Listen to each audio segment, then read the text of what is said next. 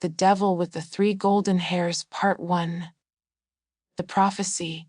The child was born on a Tuesday in March, in a fourth-floor walk, up where the heating worked 3 days out of 7, and the elevator had been broken for 6 years.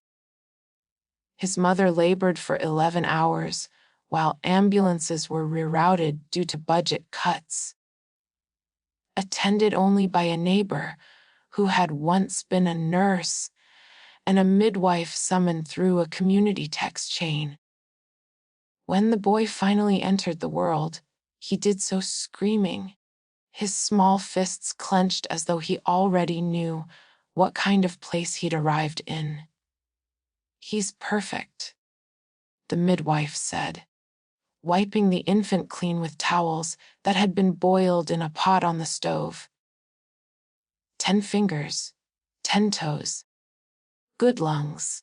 He's a fighter, the neighbor added, smiling despite her exhaustion. But while the women celebrated in that cramped, peeling apartment, something else was happening 3 miles away in a climate-controlled server farm that hummed beneath the financial district. The birth had been logged, as all births were, into the central registry. Name, time, location, parentage, standard data.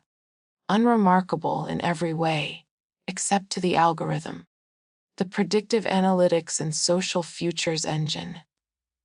Known in government documents as PASFE, and in whispered conversations as the Prophet, had been running continuously for 7 years. It digested billions of data points, birth records, tax returns, education statistics, criminal records, medical histories, social media activity, purchasing patterns, geographical migration, employment trajectories. It looked for patterns humans couldn't see, correlations that took thousands of variables to calculate. And it made predictions. Most of these predictions were mundane. This child would likely attend this school. That teenager would probably develop this health condition. This couple would divorce. That neighborhood would gentrify. But sometimes, rarely, the algorithm found something else. An anomaly, a statistical impossibility that the data nonetheless insisted was inevitable. At 3:47 a.m., while the boy's mother held him to her breast for the first time, a flag appeared in the system. Priority level, extreme. Confidence interval, 99.7%. The prediction scrolled across screens in 3 separate government buildings. Sub JT. DOBO 3 Subsenior 2026 Paradiki Aon. Site well Amarawyntio Plepios at UPM XSKV Ada OLIDU ITGN 12 years PRO BB ILITY 99.7% TG Assasis Men. Ketelati IO ON O FCAR AMA RSTR UC2 or Raka Amanda Dastai Owen. I am in the INTR Vintown. The algorithm had spoken. A child born in poverty. To a single mother in a neighborhood where children were more likely to end up in prison than in college, was destined to marry into the highest levels of power in the nation. The system had calculated it. The data was clear. And in an office, where the walls were lined with monitors and the windows were bulletproof, a man named Marcus Thorne read the report with the kind of cold attention that had taken him from district prosecutor to chief of the National Security Council in 15 years. "Pull the full file," he said to his assistant, a young woman named Sarah who had learned never to ask questions. She typed rapidly. Mother Anna Reeves, age 23, high school education. Employed part-time at a grocery distribution center. No father listed, no criminal record, no political affiliations, no social media presence of note. She's nobody, sir. And the child, registered as David Reeves, no middle name, born at home, hasn't been assigned a social security number yet. The mother hasn't completed the paperwork. Marcus Thorne leaned back in his chair. He was 52, thin in the way of men who forget to eat because they're too busy thinking, with gray at his temples and the kind of face that looked trustworthy on camera. He had built his career on understanding one fundamental truth: the system could be controlled, but only if you controlled it first. The algorithm has never been wrong at this confidence level, he said quietly. No, sir, it hasn't. He thought about that, about a boy who didn't exist yet in any meaningful way. No school records, no medical files, just a name in a database, who was supposedly destined to shatter everything Marcus had built. The algorithm said it would happen. The data was clear. Unless the data changed. File an emergency custody order, Marcus said. Parental unfitness. Make it procedural. Health and safety concerns. Failure to complete registration, whatever the standard language is. Wrote it through the automated system. No human review. Sarah's fingers hesitated over the keyboard. Sir, the mother has no record of. I know what the record says. Marcus interrupted. His voice still quiet, but carrying an edge now. I'm telling you what to file. The system will approve it. It always does when the flags are there. And he was right about that. The child welfare algorithms were designed to catch children falling through cracks, to identify danger before it became tragedy.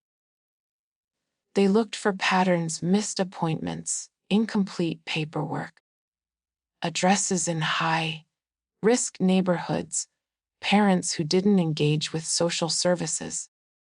Anna Reeves checked enough boxes, not because she was unfit, but because she was poor and alone and trying to survive in a system that measured fitness by metrics she couldn't meet. By Friday, David Reeves had been removed from his mother's care. The order was served by 2 social workers who apologized even as they took the 3-day-old infant from Anna's arms. She screamed. She begged. She promised she would fill out any form, attend any meeting, do anything they asked. It's just temporary. One social worker said, which was what they always said, and which was sometimes even true. You'll get him back once the assessment is complete. But the assessment never happened.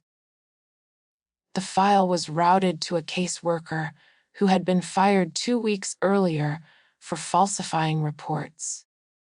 It sat in a queue for 6 weeks, then was automatically archived as resolved due to system timeout. David Reeves was placed in an emergency foster home, then transferred to another, then another. The paperwork followed him like a ghost, always 3 steps behind, always incomplete. Anna Reeves searched for him. She called numbers that rang endlessly. She went to offices where clerks told her to wait, to come back, to fill out forms that went into black holes. She hired a lawyer with money she didn't have, who filed motions that were denied on procedural grounds she didn't understand. After 8 months, she received a letter informing her that her parental rights had been terminated due to failure to engage with required services and persistent inability to provide stable housing. The hearing had been held without her. She'd never received the notice because it had been sent to an address she'd been evicted from 3 months earlier. She stood in her new apartment, a worse one, cheaper, farther from anything, and read the letter 5 times before she understood what it meant. Her son was gone. The system had taken him, and the system had decided he was better off without her. She never stopped looking. For years afterward, she would search faces in crowds, wondering if she'd recognize him, wondering if he'd recognize her, wondering if somewhere in a database her son still existed, or if the system had erased him completely. But David Reeves had not been erased. He had simply been lost. And in being lost, he had become invisible. Part 2. The network, the couple who finally adopted David Reeves, were named Thomas and Alina Morse. They lived in a town of 4,000 people, in the rural mountains, 3 hours from the nearest city. In a valley where cell phone service was spotty, and the internet came through a satellite dish that worked when it felt like it. They had tried for years to have children and had finally accepted it wouldn't happen. The adoption had been their last attempt to build the family they wanted. They'd been told very little about the boy. He was 18 months old, healthy, no known issues. The file was thin, suspiciously thin, Elena thought. But Thomas said, maybe that was a blessing. Maybe it meant there was less trauma to overcome. We'll give him a good life, Thomas said, holding the toddler awkwardly. The way men do when they haven't spent much time around children. That's all that matters. And they did give him a good life. Not a wealthy one. Thomas worked construction and Elena cleaned houses, but a stable one. David grew up in a house with a yard, with home, cooked meals and bedtime stories, and 2 people who loved him fiercely, if quietly. They didn't have much use for technology beyond what was necessary. No smart home devices, no social media accounts, no tracking apps. Elena had read too many articles about data breaches and privacy violations. They want to know everything about everyone, she'd say, shaking her head. Well, they don't need to know about us. So David grew up off the grid in ways that would have been impossible for most children of his generation. He had no digital footprint, no social media presence, no photos tagged with his location. When he started school, it was at a small local elementary, where records were still kept partially on paper. And the teachers knew every child by name, not by ID number. He was a bright kid, quiet, thoughtful, with a way of watching the world that made him seem older than he was. He read everything he could get his hands on. The school library was small, but the librarian, Mrs. Chen, would order books for him from the county system, strange requests for a kid his age. Philosophy, history, books about systems and how they worked. You think too much, his friend Marcus told him once.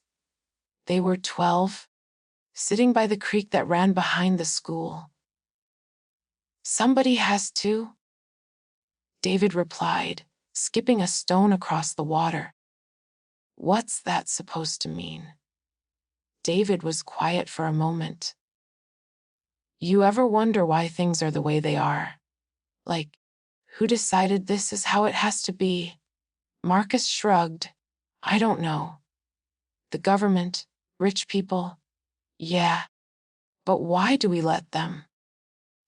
Because that's how it works, man. That's just how it is. David threw another stone. Maybe. By the time he was 16, David had developed a reputation as someone who could fix things. Not just mechanical things, though he was good with engines and wiring, but systems. The school's scheduling software kept crashing, and David spent a weekend digging through the code until he found the bug. The local hardware store's inventory system was a mess of paper and Excel sheets, and David built them a simple database that actually worked. He didn't charge much, and sometimes he didn't charge at all. He just liked solving problems. You should go to college, Mrs. Chen told him during his junior year. You're smart enough for anywhere. Can't afford it, David said simply. Scholarships exist for kids with the right profile. Good grades aren't enough anymore. You need extracurriculars, leadership positions, community service logged in the right databases. I don't have any of that. Mrs. Chen frowned. You've done plenty. Not in the system, David interrupted. That's the problem. If it's not documented, it doesn't exist. And he was right about that. The algorithms that determined scholarship eligibility, college admissions, job opportunities, they all relied on data. And David Reeves, for all his intelligence and capability, barely existed in those databases. He was a ghost, invisible to the systems that determined who got opportunities and who didn't. But that invisibility, which seemed like a curse, was also a kind of protection. Because 300 miles away, in an office that hummed with the sound of servers and air conditioning, Marcus Thorne had never stopped monitoring the prophet's predictions. Every year, he checked. Every year, the algorithm recalculated based on new data, and every year, it found nothing. No David Reeves in the school systems. No David Reeves on social media. No David Reeves in any database that mattered. After 5 years, Marcus had allowed himself to believe the problem had been solved. After 10 years, he'd almost forgotten about it entirely. The boy had been erased, lost in a system designed to lose people. Fate had been cheated. The algorithm had been wrong, except it hadn't been wrong. It had simply been patient. Part 3. Recognition. Marcus Thorne's rise to power had been steady and calculated.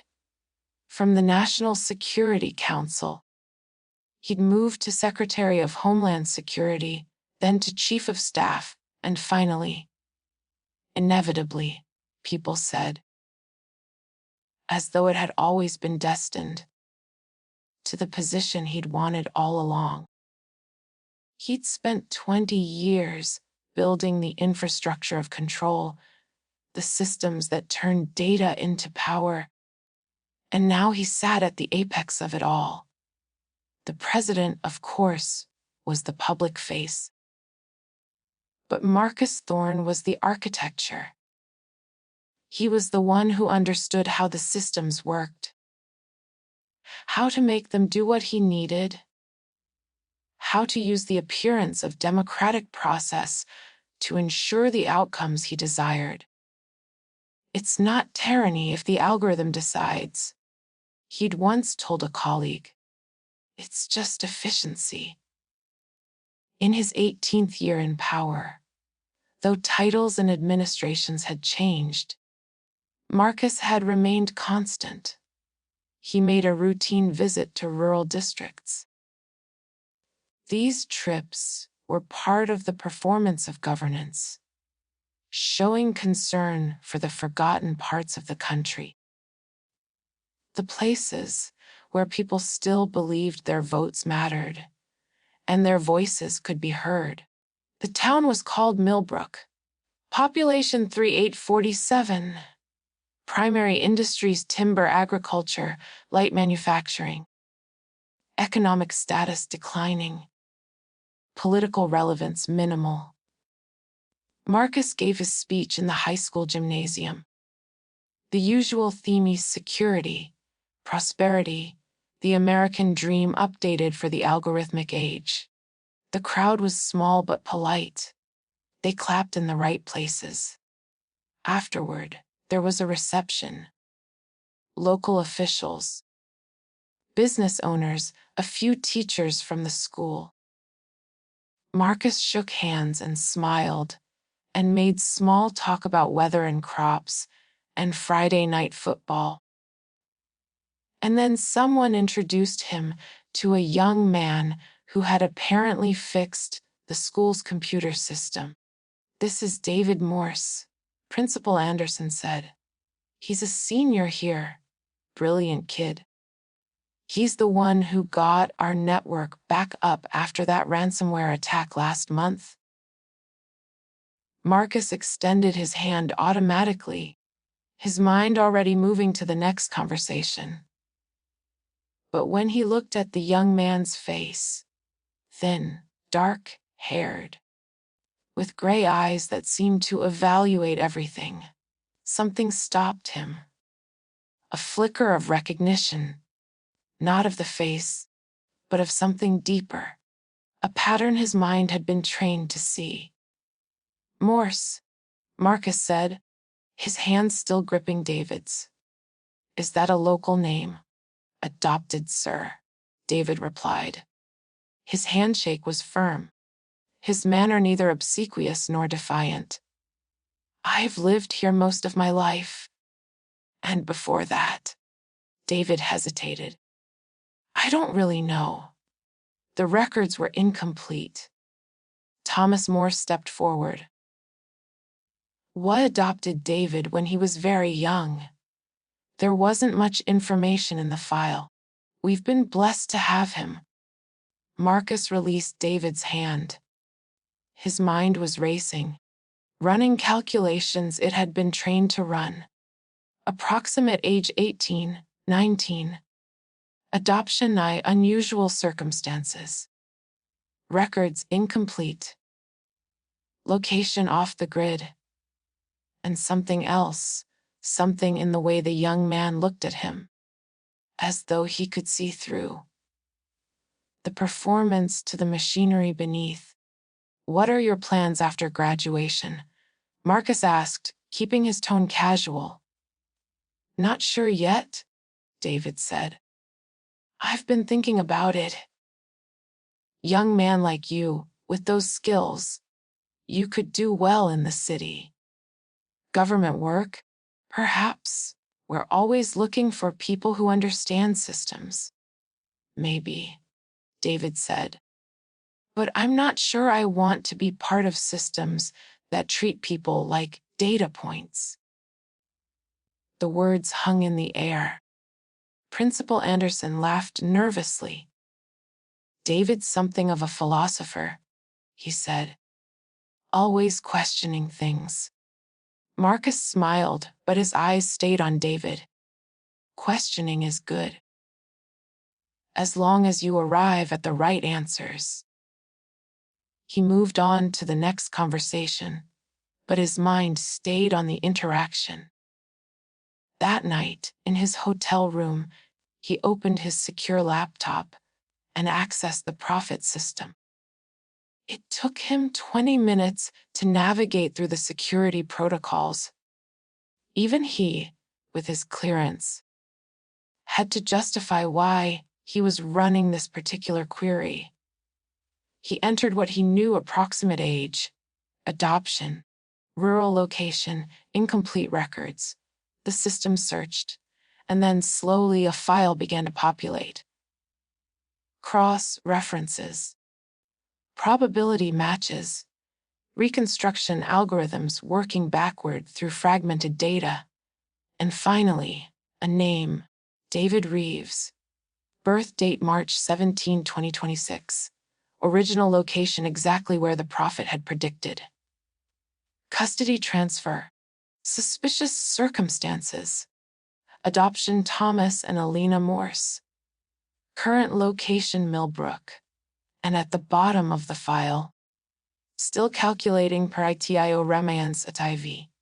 PRO bubile I 99.7%. Subgestuile marynto pasnua and of supima many executi avenui. Marcus stared at the screen. 20 years.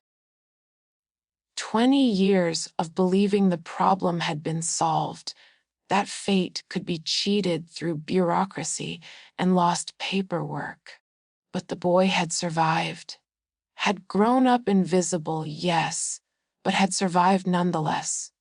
And now he was here, real, speaking words that showed he understood exactly the kind of systems Marcus had built. The algorithm had been right all along. It had just been patient. Marcus closed the laptop. He sat in the darkness of his hotel room and thought about power, about control, about the difference between delaying fate and defeating it. He'd spent 2 decades building systems that turned humans into predictable variables. And now one variable refused to be controlled. But Marcus Thorne had not stayed in power for 20 years by accepting defeat. If the first solution had failed, he would simply implement a second one. More elegant, more certain. And this time, he wouldn't rely on bureaucratic accidents or lost paperwork. This time, he would use the system itself. Part 4. The signed order. 3 days after Marcus Thorne returned to the capital, David Morse received an official letter. It arrived by courier, which was unusual enough in Millbrook that the postal worker made a special trip to the Morse house. Alina signed for it, her hands shaking slightly because official letters never brought good news. Thomas was at work, so she set it on the kitchen table and waited for David to come home from school. "What is it?" David asked when he saw the envelope. Thick paper, embossed seal, the kind of thing that looked important because it was designed to. "I didn't open it," Elena said. "It's addressed to you." David slit the envelope carefully. Inside was a letter on heavy stationery, signed with a digital signature and a physical seal. He read it once, then again, his expression unreadable. "What does it say?" Elena asked. David handed her the letter. She read it aloud, her voice uncertain.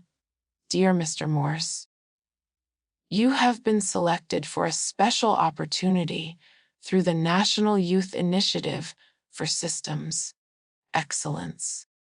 Based on your demonstrated skills in technological problem solving and systems analysis, you have been nominated for an advanced placement position in the Federal Technology Directorate. This is a highly competitive program with only 12 positions available nationwide. Your placement is confirmed pending completion of required onboarding procedures. You are directed to report to the Regional Processing Center in District 7's address enclosed by March 30th to complete these procedures. You must bring this letter as proof of authorization.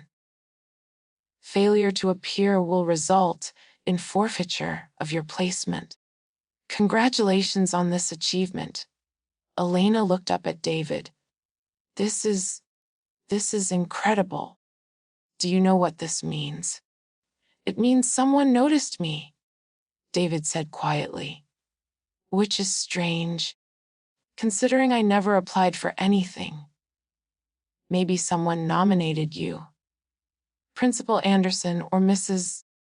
Chen, maybe. But David's voice was doubtful. He thought about the man he'd met 3 days ago.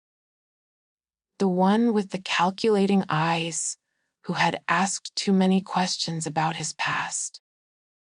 Thomas came home to find them, still sitting at the kitchen table. The letter between them. This is too good to be true, he said after reading it. Which usually means it is. It's an official government letter, Elena protested. Look at the seal. I'm looking at it. I'm also thinking about how David has lived 18 years without the government knowing he exists. And suddenly they're offering him a job he never applied for. David nodded slowly. It's weird timing. But it could be real, Elena said.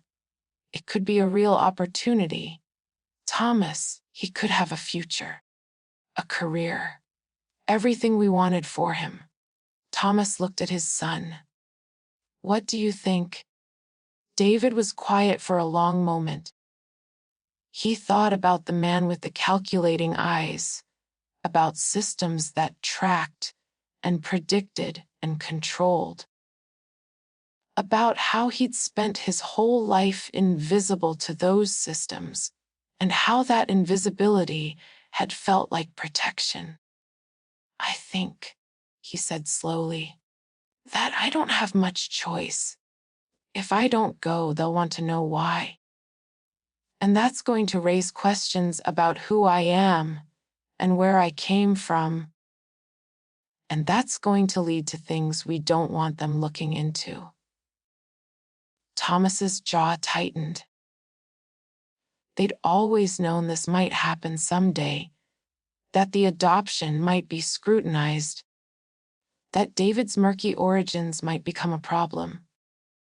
They'd hoped it wouldn't. But hope wasn't a plan. Then you go, Thomas said.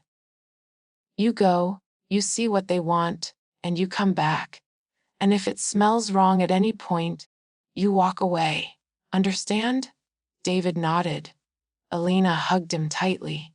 Just be careful. 5 days later, David boarded a bus heading east. It was a long journey. 12 hours through towns and cities that grew progressively larger until the landscape itself seemed to be made of concrete and glass. He'd never been this far from Millbrook. The world beyond the valley had always been an abstraction, something he understood through books and screens, but had never touched. Now it surrounded him. The noise of it, the sheer number of people, the way everyone moved with purpose, following invisible paths, determined by appointments and algorithms, and the urgent tyranny of being late. The Regional Processing Center was a steel and glass building that could have been an office or a prison, depending on how you looked at it. David checked in at the front desk, showed his letter, and was directed to the 7th floor. The clerk who processed his paperwork was a tired-looking woman in her 40s who'd clearly done this thousands of times before. ID, she said without looking up. David handed her his driver's license. She scanned it, frowned at her screen, and scanned it again. You're not in the system. I grew up rural. Small town. Everyone's in the system. But she typed something, overrode something else, and moved on. Sign here. Initial here. Here. Here. David signed. He didn't read everything. There were dozens of pages, dense paragraphs of legal language, terms of service, non-disclosure agreements, liability waivers, the architecture of modern control, hidden in clauses nobody read. Okay, the clerk said finally. You're processed. You need to deliver this to the Central Authorization Office in the Capitol. That's where you'll receive your final placement assignment. She handed him a large envelope, sealed with both physical and digital signatures. Across the front, in bold letters, O Fesel Fadi Araman, Rasi Pinsako Izawaman Aiku Irid. I have to hand deliver this? That's the protocol for high security placements. You'll be reimbursed for travel expenses. Keep all receipts. David took the envelope. It was heavier than he expected, thick with documents he wasn't allowed to see. His future, sealed, and signed by people who'd never met him. How do I get to the Capitol? The clerk pulled up a schedule. Bus leaves at 6 a.m. tomorrow. 14-hour trip. The address is on the envelope. David left the building with the envelope under his arm and a growing sense that he was carrying something more than just paperwork. This felt wrong. Not obviously wrong. Everything had been official, stamped, authorized. But wrong in the way that a locked door is wrong when you expected it to be open. Wrong in the way of something that looks like an opportunity but smells like a trap. He spent that night in a cheap hostel, sharing a room with 5 strangers who snored and talked in their sleep. He lay awake, staring at the envelope on the floor beside his bunk, wondering what was inside it.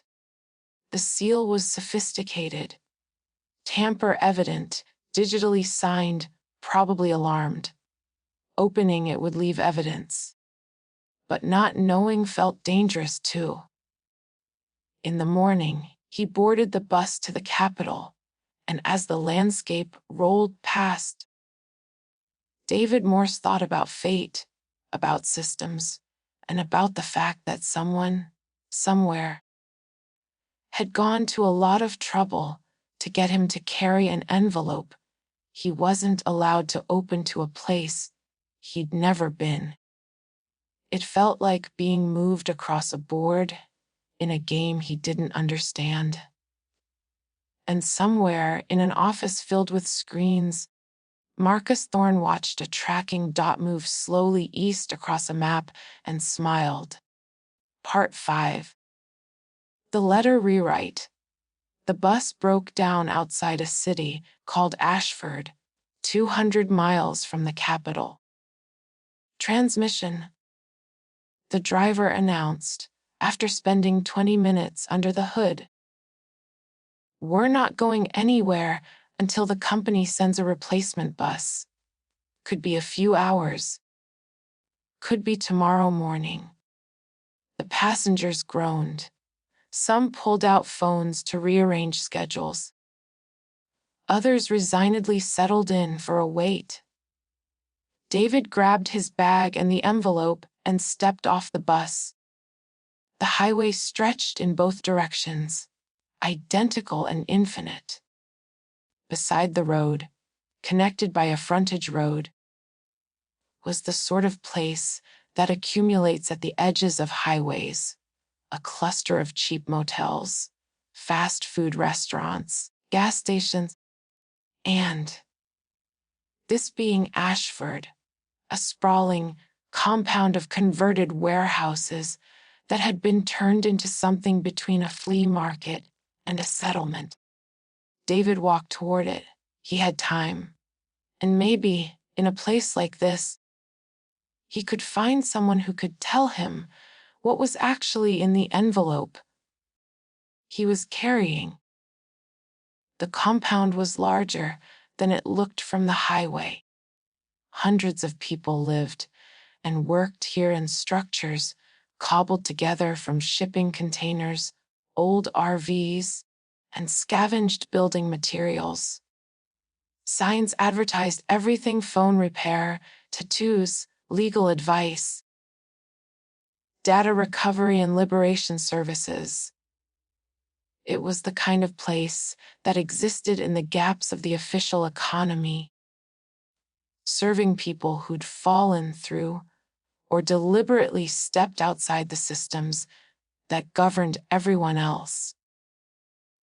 David walked past stalls selling used electronics, past a garden where vegetables grew in stacked containers, past a garage where someone was rebuilding an ancient Tesla with parts from 6 different models. "You look lost," a voice said. David turned. The speaker was a woman in her 30s, lean and angular, with close, cropped hair, and the kind of eyes that suggested she'd seen most variations of human bullshit and wasn't impressed by any of them. She sat at a small table outside a converted shipping container, a laptop open in front of her. "Not lost," David said. "Just passing through." Nobody passes through Ashford. The highway passes through Ashford. People either live here, or they're trying to get somewhere else. She gestured at the chair across from her. "You look like somewhere else. What's the envelope?" David hesitated.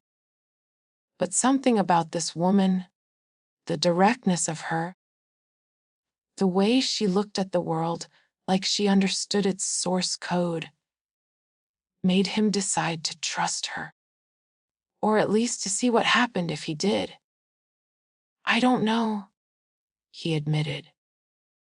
"I'm supposed to deliver it to the capital. I'm not allowed to open it." The woman's expression sharpened. "Show me." David handed her the envelope. She examined it carefully, running her fingers over the seals, holding it up to the light.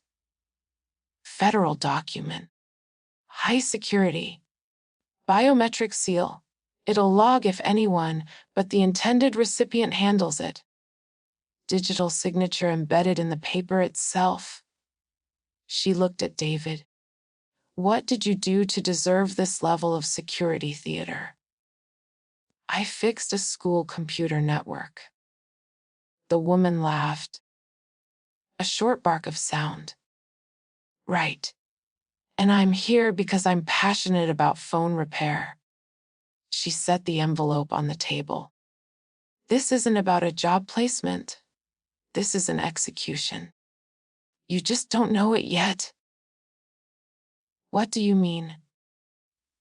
"I mean that when systems want to get rid of someone, they don't do it obviously anymore. Too many cameras, too many lawyers, too much public outcry. Instead, they do it legally, bureaucratically. They create procedures that destroy people quietly, with proper documentation and official stamps." She tapped the envelope. "This is one of those procedures." David felt something cold settle in his chest. "How do you know?" "Because I used to work for them. Federal Prosecutor's Office, Digital Crimes Division. I know what these envelopes look like when they're real, and I know what they look like when they're weapons." She leaned back. "The question is, what are you going to do about it?" "I can't just not deliver it." "Why not?" "Because then they'll want to know why. And that leads to questions about who I am, and that leads to..." He stopped. The woman studied him. You're off the grid, aren't you? No real digital footprint. That's rare for someone your age. Almost impossible, actually. Her eyes narrowed. Who are you hiding from? I don't know, David said honestly. But someone went to a lot of trouble to make sure I didn't exist. And now someone else has gone to a lot of trouble to find me and send me somewhere with this envelope. I don't think those are unrelated facts. The woman was quiet for a moment. Then she stood. Come with me. She led him into the shipping container, which turned out to be a surprisingly sophisticated tech workspace. Servers hummed in the corner. Multiple monitors showed code, news feeds, encrypted chat channels. A second person sat at a desk in the back, young, maybe 20, with dreadlocks and a T-shirt that said, I void warranties. This is Cypher, the woman said. I'm Mara. We do data work. Legal data work, David asked. Cypher grinned. Depends who's asking. Mara set the envelope on the desk. This is a federal assassination. We're going to open it, read it, and probably rewrite it. You okay with that? David thought about his parents, about Millbrook, about the life he'd built in the spaces where systems couldn't see. And he thought about the man with the calculating eyes who'd looked at him like he was a problem to be solved. Yes, he said. I'm okay with that. What happened next took 3 hours.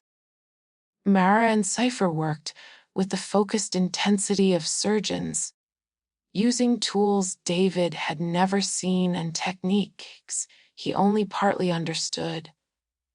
They mapped the envelope's security features. They spoofed the biometric sensors. They carefully, microscopically, broke the seal in a way that could be reconstructed. Inside were documents, lots of them.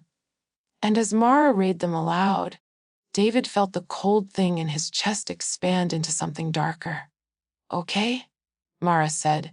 So, on the surface, this is your placement authorization. You're being assigned to the Federal Technology Directorate, entry-level analyst position, salary, benefits, security clearance pending. All very official. And underneath, David asked.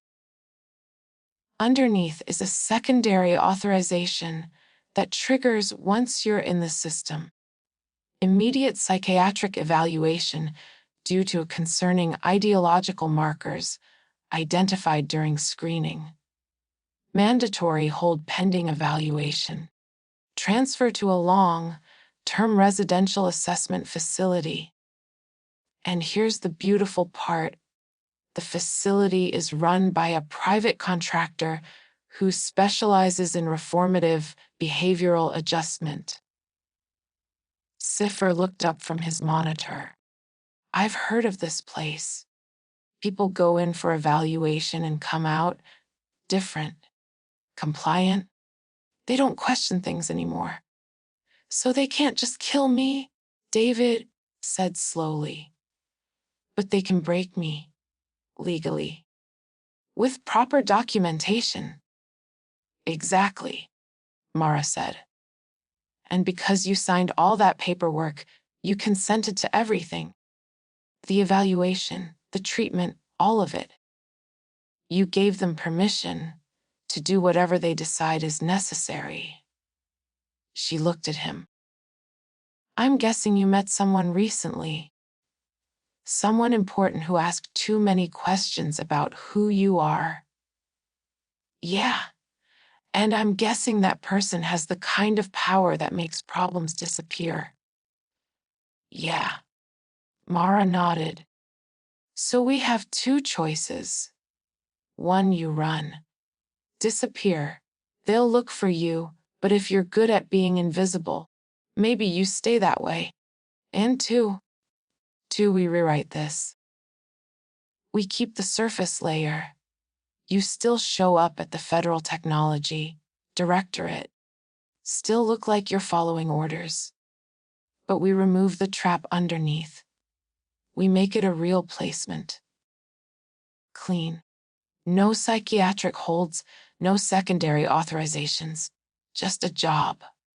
Can you do that? Seifer was already typing. The hard part isn't rewriting the document. The hard part is making sure the rewrite propagates through all the connected systems. Every database that references this authorization needs to show the same thing. Otherwise, the inconsistency flags and someone investigates. How long will that take? If we're lucky, 2 hours. If we're not, we'll find out when you get arrested. David looked at the documents spread across the desk. His future, written by people who wanted him erased. And here, in a shipping container in Ashford, 2 people he'd met an hour ago were offering to rewrite it. "Why are you helping me?" he asked. Mara was quiet for a moment. "Because I spent 10 years prosecuting people for breaking systems.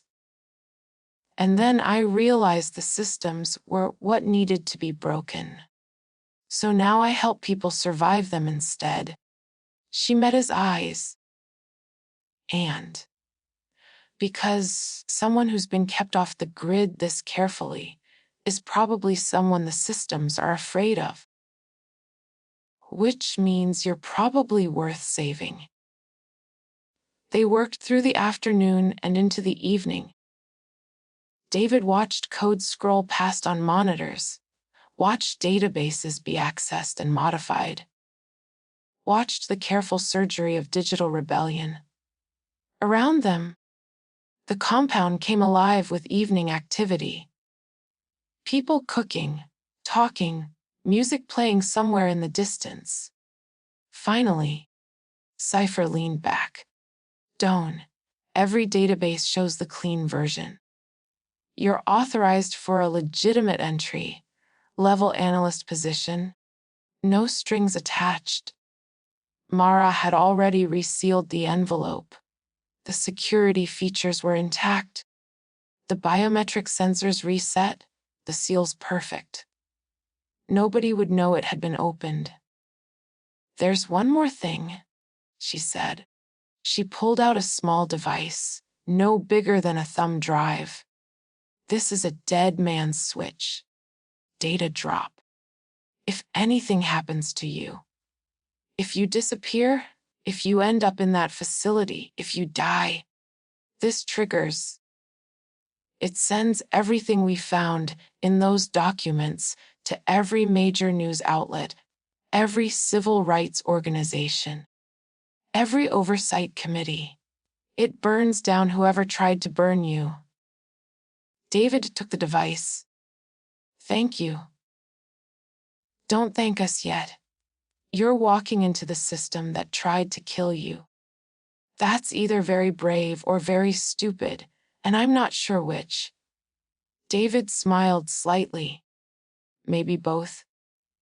He left Ashford the next morning on a replacement bus. The envelope sat beside him, innocent and deadly. Its contents rewritten by 2 people who believed systems could be fought from within their own code. And as the city rolled away behind him, David thought about fate, and about the fact that sometimes fate needed a little help from people with the right skills and the willingness to use them. The algorithm had predicted he would marry into power. But the algorithm hadn't predicted this: that the very systems meant to destroy him would become the weapons he'd use to survive. Part 6. The marriage. David arrived in the capital on a Wednesday afternoon. The city was everything Millbrook wasn't. Vertical, dense, humming with the sound of millions of people, moving in choreographed patterns, determined by traffic algorithms and work schedules, and the relentless optimization of every second. The Federal Technology Directorate occupied floors 30 through 40, 5 of a glass tower that reflected the sky so perfectly, you could almost forget it was there. David checked in at security, showed his envelope, and was directed to the 40th floor. The woman who processed his arrival was professional and efficient. She scanned the envelope, verified the seals, and entered something into her computer. David watched her face for any sign that the documents had been altered, that the deception had been caught. "Everything looks in order," she said finally. "Welcome to the FTD. Your supervisor will meet with you tomorrow to discuss your assignment. For now, we need to complete your onboarding." She handed him a tablet. "Standard forms. Take your time." David spent 2 hours filling out digital paperwork, security clearance applications, emergency contacts, tax forms, health insurance, consent to monitoring. All electronic communications conducted on federal systems were subject to review. Consent to location tracking during work hours. Consent to random security audits. The architecture of control, hidden in checkboxes and signature fields. That night, in a small apartment the FTD had arranged for temporary housing, David activated the dead man's switch Mara had given him. He configured it to require a check in every 72 hours. If he missed the check-in, the data drop would trigger automatically. It was a thin protection, but it was something. He started work the next day. His assignment was exactly what the rewritten documents had promised: entry level analyst, systems integration division. He worked with databases, monitoring data flows between federal agencies, identifying inconsistencies and errors. It was tedious work, but it gave him something valuable: access to the systems themselves. And David was very good at understanding systems. Within a month, he'd been given expanded access. Within 3 months, he was being consulted on problems other analysts couldn't solve. He was quiet, competent, and careful. He made no waves. He asked no questions that would draw attention. He simply did his work and observed. And what he observed was a city running on algorithms, permits approved or denied by scoring systems, traffic flows optimized by predictive models, housing assignments determined by risk assessments. Everywhere he looked, he saw humans being processed by machines that treated them as variables in equations they'd never seen. He met her 6 months into his employment. Her name was Sarah Chen. She was 26, an attorney in the Office of Legal Counsel. And she'd been assigned to review a data sharing protocol David's division had proposed. They met in a conference room with windows that overlooked the city. "This protocol," Sarah said, flipping through David's proposal, "is actually well designed. Most of what comes out of FTD is garbage. Apologies. But it's true. This is different. You thought about edge cases. You built in privacy protections.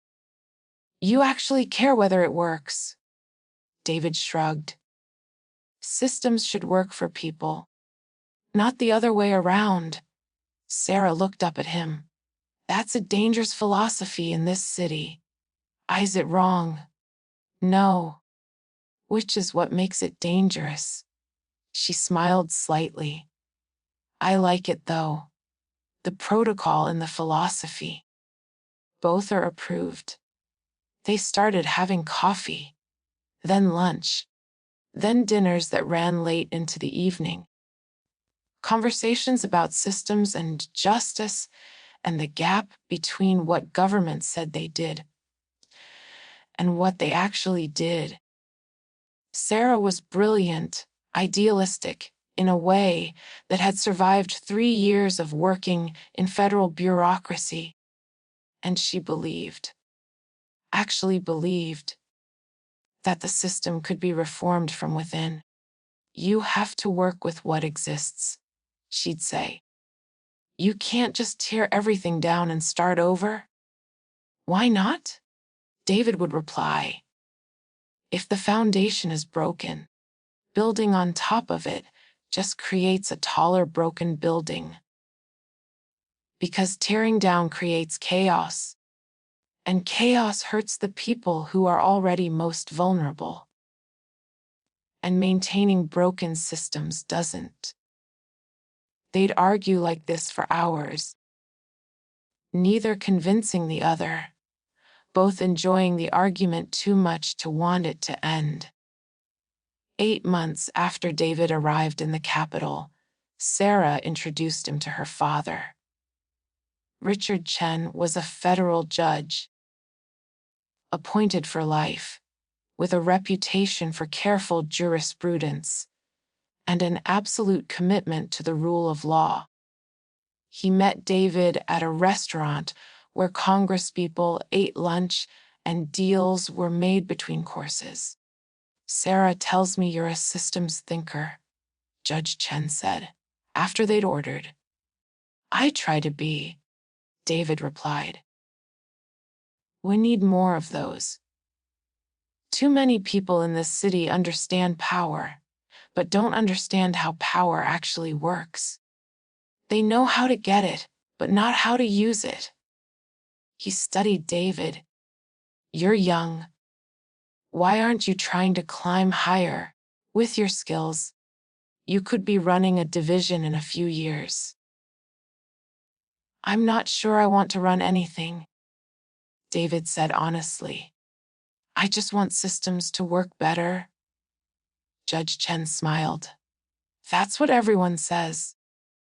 Then, they realized that to make systems work better, you need to have power. And power requires ambition. Or it requires being in the right place at the right time, David said. Perhaps. But when the time comes, will you be ready? It was Sarah who told him, 3 months later, sitting on the balcony of David's apartment with the city lights sprawling below them. My father likes you, she said. That's rare. He usually sees through people immediately, sees what they want, what they're hiding. But he thinks you're genuine. Should I be flattered or worried? David asked. Both. Probably. She was quiet for a moment. David, this is going somewhere, isn't it? Us. I think so. If you want it to. I do. But you need to know what that means. My family, we're not private citizens. Everything is public. Everything is scrutinized.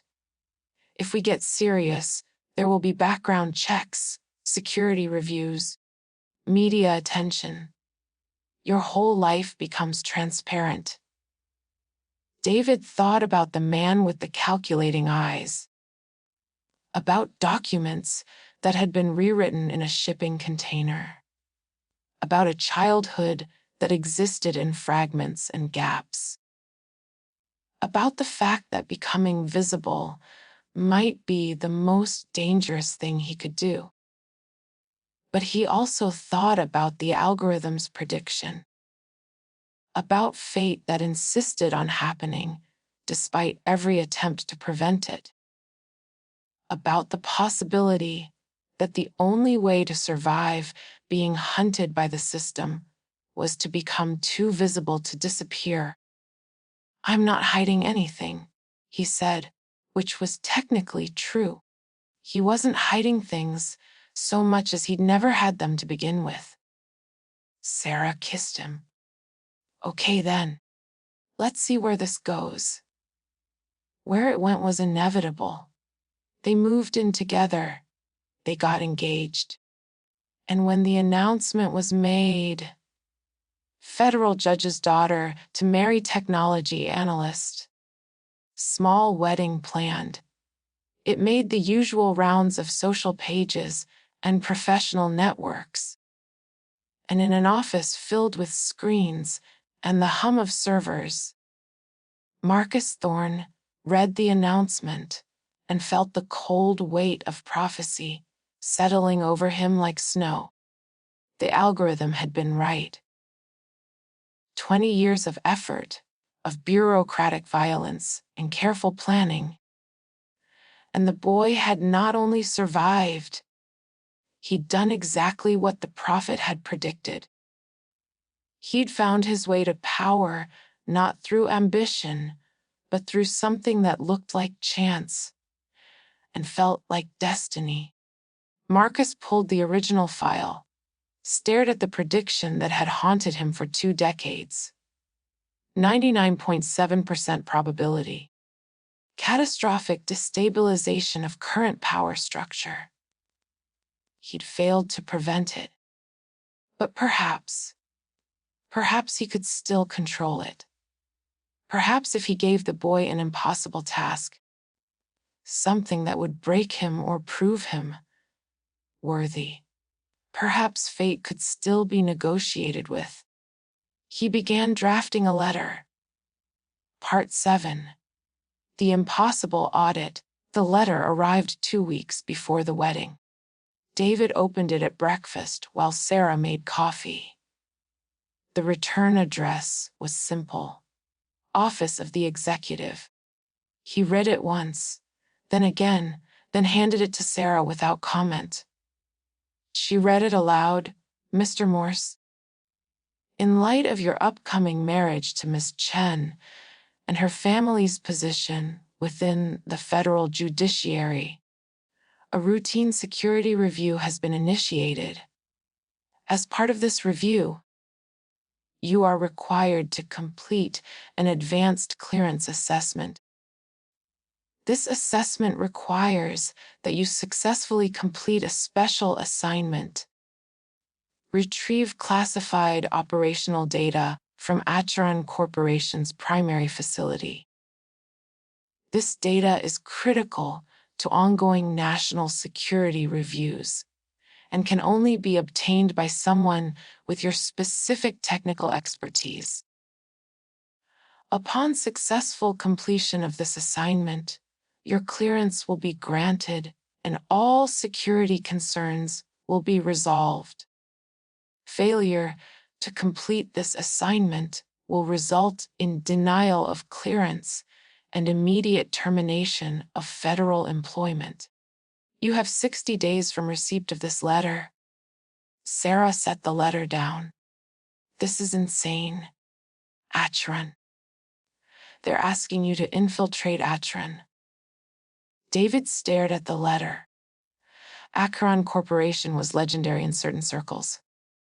Officially, it was a private defense contractor specializing in data security and surveillance systems. Unofficially, it was the place where ethics went to die.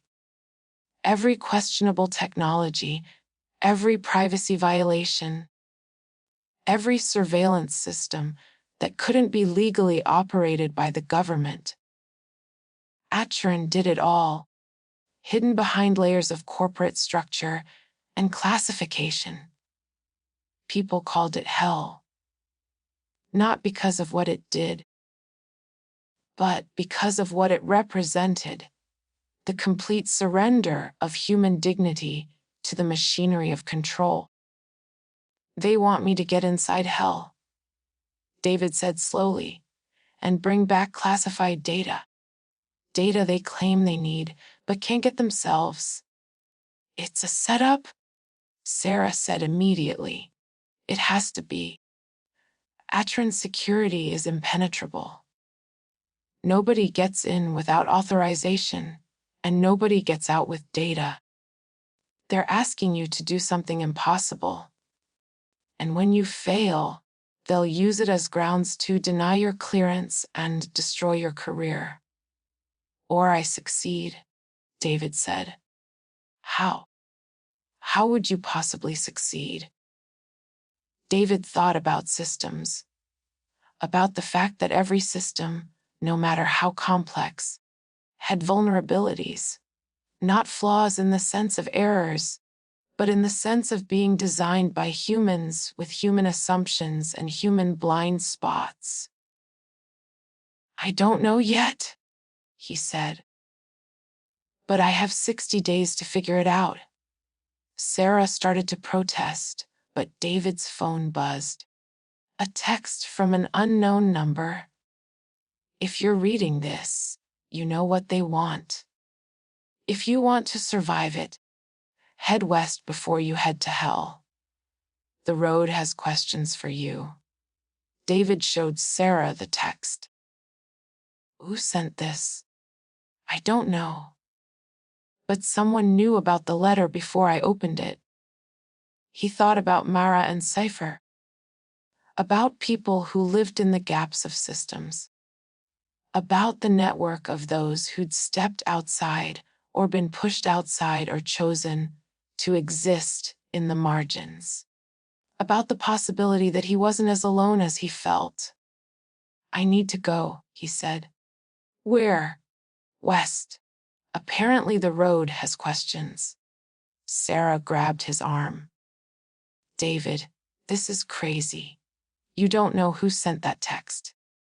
You don't know what they want. And you're talking about breaking into Atron on the word of strangers. I'm talking about surviving, David said quietly. Someone went to a lot of trouble to get me here. To make sure I married into your family. To give me just enough power to be noticed, but not enough to be protected. And now they're asking me to do something impossible, and they're watching to see what I do. So what are you going to do? David looked at the letter, then at the text message, then at Sarah. I'm going to play the game, but I'm going to play it my way. He left the capital the next morning, took a bus west, then another, then hitched a ride with a trucker who didn't ask questions. The text message had included coordinates. They led to a place he'd been before, Ashford.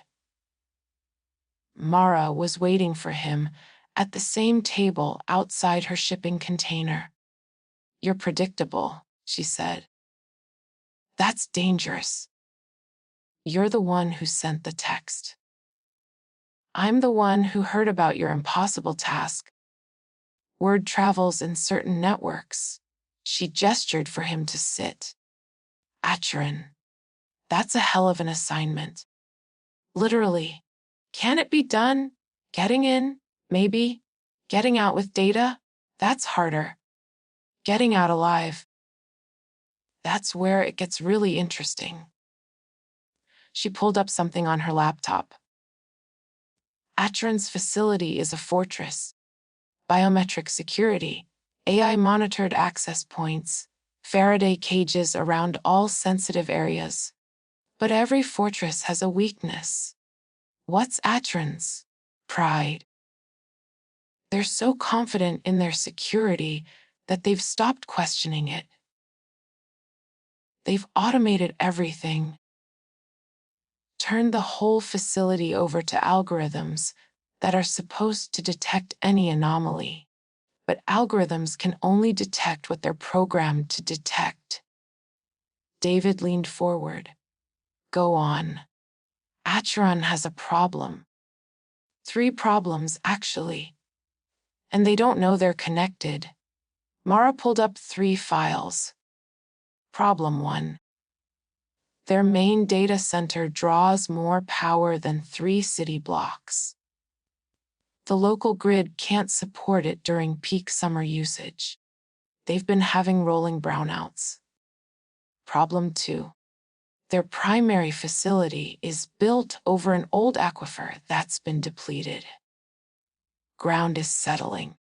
Micro fractures in the foundation. Nothing catastrophic yet, but it's coming. Problem 3. They have a worker who's been with the company for 15 years, doing the same mindless security checks every day. And nobody's noticed he's been dead inside for the last 10. I don't see how those help me get in. Because you're thinking like an infiltrator. Think like a systems analyst. These aren't separate problems. They're all symptoms of the same thing. Acheron has optimized everything for security except for basic functionality. They've built a prison. But they forgot to make sure the prison wouldn't collapse. David studied the files.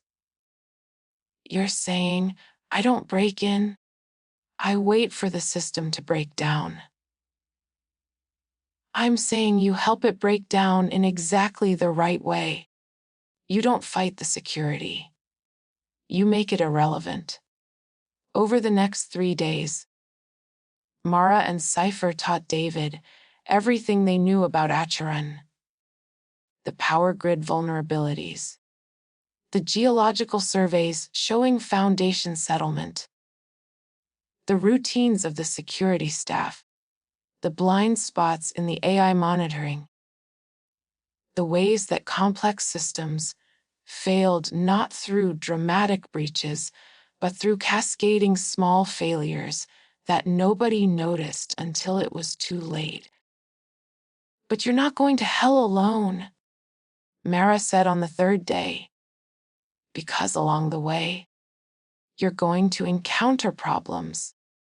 And those problems are going to ask you for help. What problems?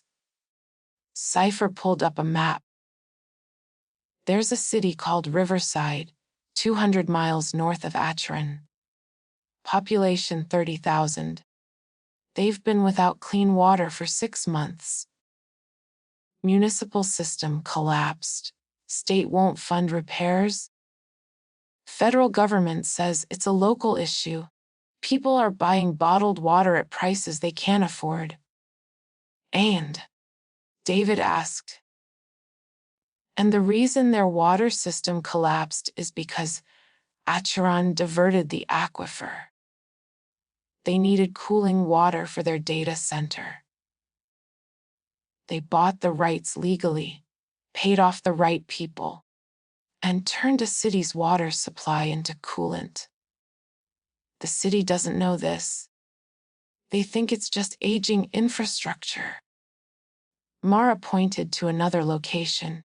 Then, there's this data center in a place called Grayson. Powers the entire regional network. Also powered by Acheron technology. It's draining the grid, causing blackouts. But nobody can shut it down because shutting it down means shutting down hospitals, banks, emergency services. The whole town is being sacrificed to keep the machines running. And here, Cypher said, indicating a 3rd point. This is where it gets personal. There's a man named Robert Chen.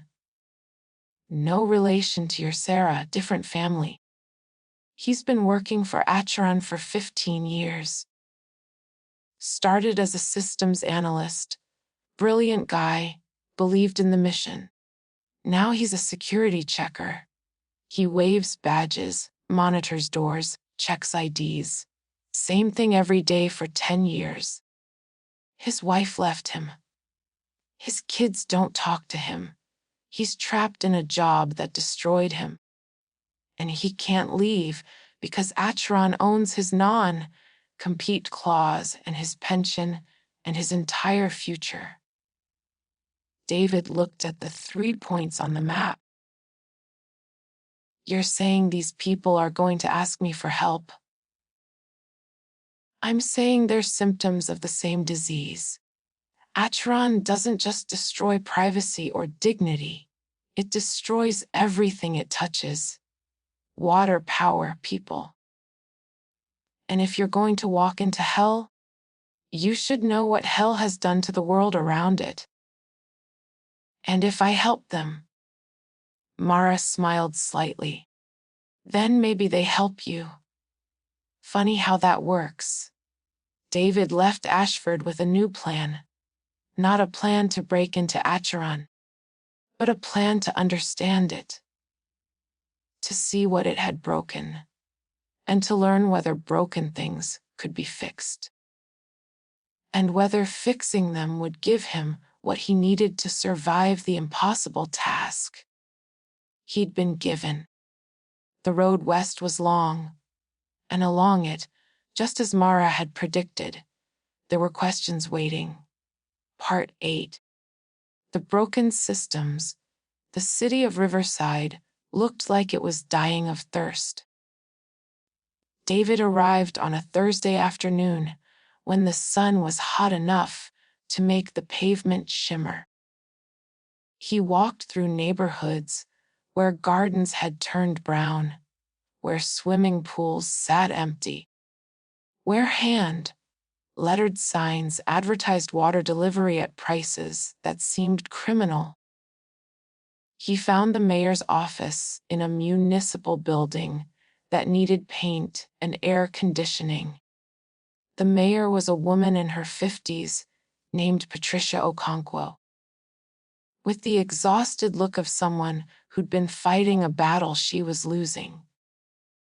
"We've tried everything," she said. After David explained, he was a federal systems analyst looking into regional infrastructure issues. It was technically true. "We've applied for emergency federal funding. We've gone to the state. We've hired engineers. They all say the same thing: the aquifer is depleted. Climate change, overuse, bad luck. Repairs would cost $40 million. We don't have $40 million. What if the aquifer isn't depleted?" David asked. Mayor Okonkwo looked at him sharply. "What do you mean?" David pulled out the geological surveys Cypher had given him. "These show water levels from 10 years ago compared to now. The decline doesn't match natural depletion patterns. It's too sudden, too localized. Something is drawing water out faster than the aquifer can replenish." "What?" "I don't know yet.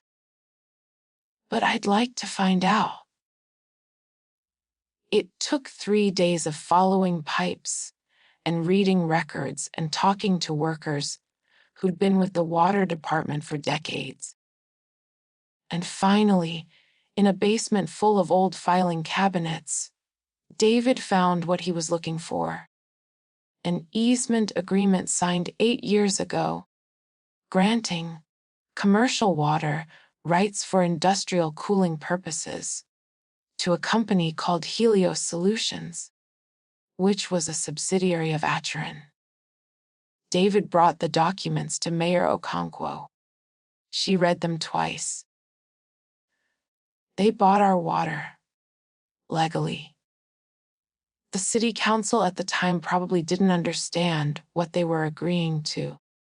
The language is deliberately opaque.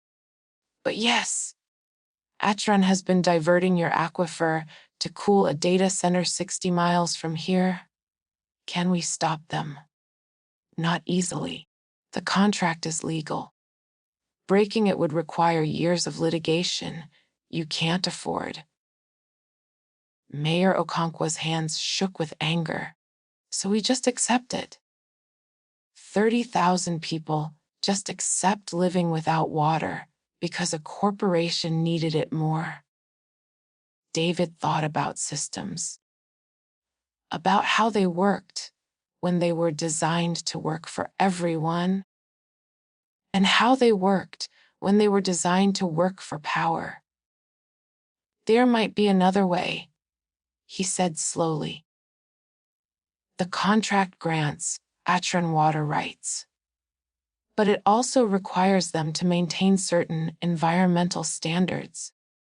If they're violating those standards, if the diversion is causing measurable environmental harm, the contract could be voided. Is it causing harm? Almost certainly. But you'd need documentation, measurements, expert testimony, the kind of evidence that would stand up in court. We don't have the money for that kind of investigation. You don't need money, David said. You need people who care about getting the truth out. He made a call. Mara answered on the second ring. I need an environmental audit done off the books, David said. Atron's water diversion in Riverside. Can your network help? Give me 2 days, Mara said. The audit, when it came, was devastating. The diversion had caused subsidence, groundwater contamination, and the collapse of 3 endemic species populations. It violated at least 8 environmental protection statutes. David gave the report to Mayor Okonkwo. File this with the EPA. Simultaneously file a petition with the State Environmental Board. Copy every environmental organization you can find. Make it public, make it loud, and make it immediate. What will that do? It'll put Atron in a position where fighting the contract costs them more than letting it go. They'll negotiate. And when they do, you demand 3 things: immediate return of water rights, funding for infrastructure repair, and a public apology. They'll never agree to that. They will if the alternative is years of litigation, public protests, and federal environmental violations. Atron survives by staying in the shadows. Shine enough light on them, and they'll retreat. Mayor Okonkwo looked at David with something like hope. Why are you doing this? Because systems should work for people, David said. And because fixing broken things is the only way to make anything better. He left Riverside 2 days later. As news of the environmental violations was breaking and protests were forming outside Atron's regional office, he didn't wait to see how it resolved. He trusted that it would. Because broken systems, when exposed, either fix themselves or broke entirely. And either way, Atron would have one less source of power. The data center in Grayson was harder. The facility was the size of a city block, all smooth concrete and humming transformers. It powered the regional network. Hospitals, emergency services, banks, traffic systems. Everything ran through those servers. And those servers consumed enough electricity to power 20,000 homes. The blackouts had started 6 months ago. Rolling outages, always during peak usage, always causing chaos. The power company blamed aging infrastructure. The city blamed the power company. Nobody blamed the data center. Because shutting down the data center meant shutting down everything else. David met with the facility manager, a harried man named Thomas Rodriguez, who looked like he hadn't slept in weeks. I know it's us, Thomas said. I've been saying it for months. But corporate won't authorize efficiency upgrades. And we can't reduce load without taking servers offline. And we can't take servers offline without violating our contracts. What if you could reduce load without reducing capacity? David asked. How? David had spent the bus ride to Grayson reading everything he could about data center optimization. Your cooling systems are running at constant maximum. That's standard practice, but it's wasteful. If you implemented dynamic cooling, adjusting based on actual thermal load instead of projected maximum load, you could cut power consumption by 20%. We don't have the systems for that. You have the hardware. You just need the software. David pulled out his laptop. I can write it. It'll take me a week. Thomas stared at him. Why would you do that? Because this city shouldn't have to choose between keeping the lights on and keeping the servers running. That's a false choice created by lazy engineering. David spent 7 days in Grayson. He wrote code, tested it, refined it. He worked with Tom's and his team to implement dynamic cooling, load balancing, and efficiency protocols that Acheron's corporate engineers had never bothered to develop because they didn't care about the costs imposed on the communities that hosted their infrastructure. When they activated the new systems, power consumption dropped by 18%. The blackouts stopped. This is going to get me fired, Tom said, watching the numbers. Corporate is going to want to know why I implemented unauthorized software. So tell them it was developed by a federal systems analyst conducting a regional infrastructure review. Tell them it's now federal best practice, and they can either adopt it or explain to Congress why they're deliberately wasting taxpayer resources. Thomas laughed, exhausted and relieved. You're giving me bureaucratic cover. I'm giving you the truth. Use it however you need to. David left Grayson with something he hadn't expected. Respect from people who worked in hell's infrastructure. They knew the system was broken. They just never had permission to fix it. And finally, there was Robert Chen. David found him at the end of a 12-hour shift, sitting in a break room at Akron's primary facility, eating a sandwich that looked like it had been made days ago. He was 53, thin, with the hollowed-out look of someone who'd stopped believing anything could change. Robert Chen, David asked. The man looked up. Who's asking? My name is David Morse. I'm doing research on Acheron's employment practices. Robert's laugh was bitter. Then you're going to need a lot of notebooks. David sat down. I heard you used to be a systems analyst. Long time ago. Before I understood what I was analyzing. What happened? Robert was quiet for a long moment. I believed in it. That's what happened. I believed that surveillance systems could make people safer. That data analysis could prevent crimes before they happened. That all this power, all this information, I believed it could be used for good. He crumpled his sandwich wrapper.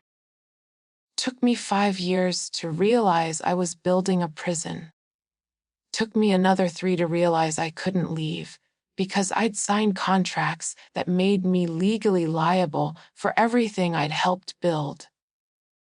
And now I check badges, I monitor doors.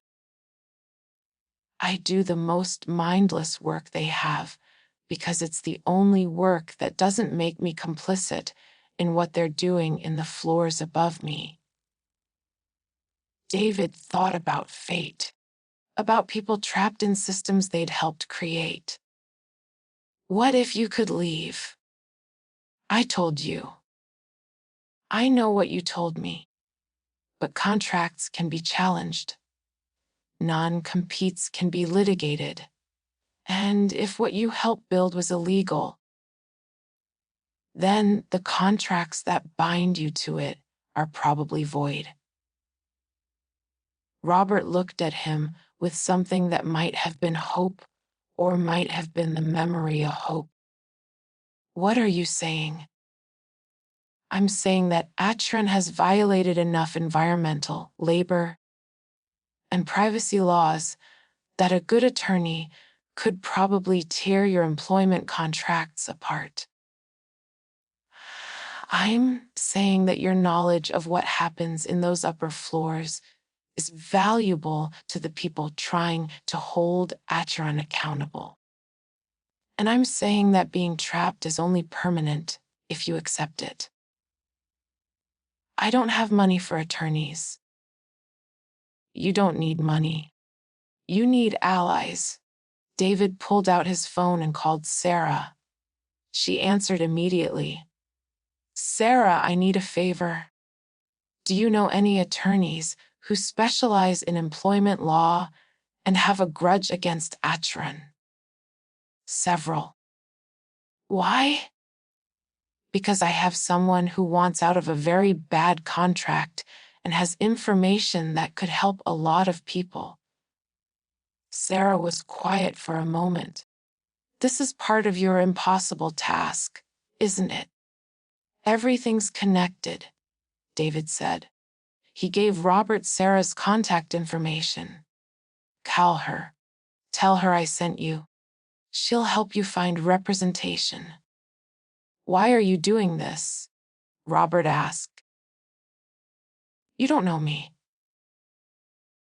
Because I'm about to walk into the same building you've been trying to escape for 10 years. And before I do, I want to know that people can get out, that the system isn't as permanent as it pretends to be.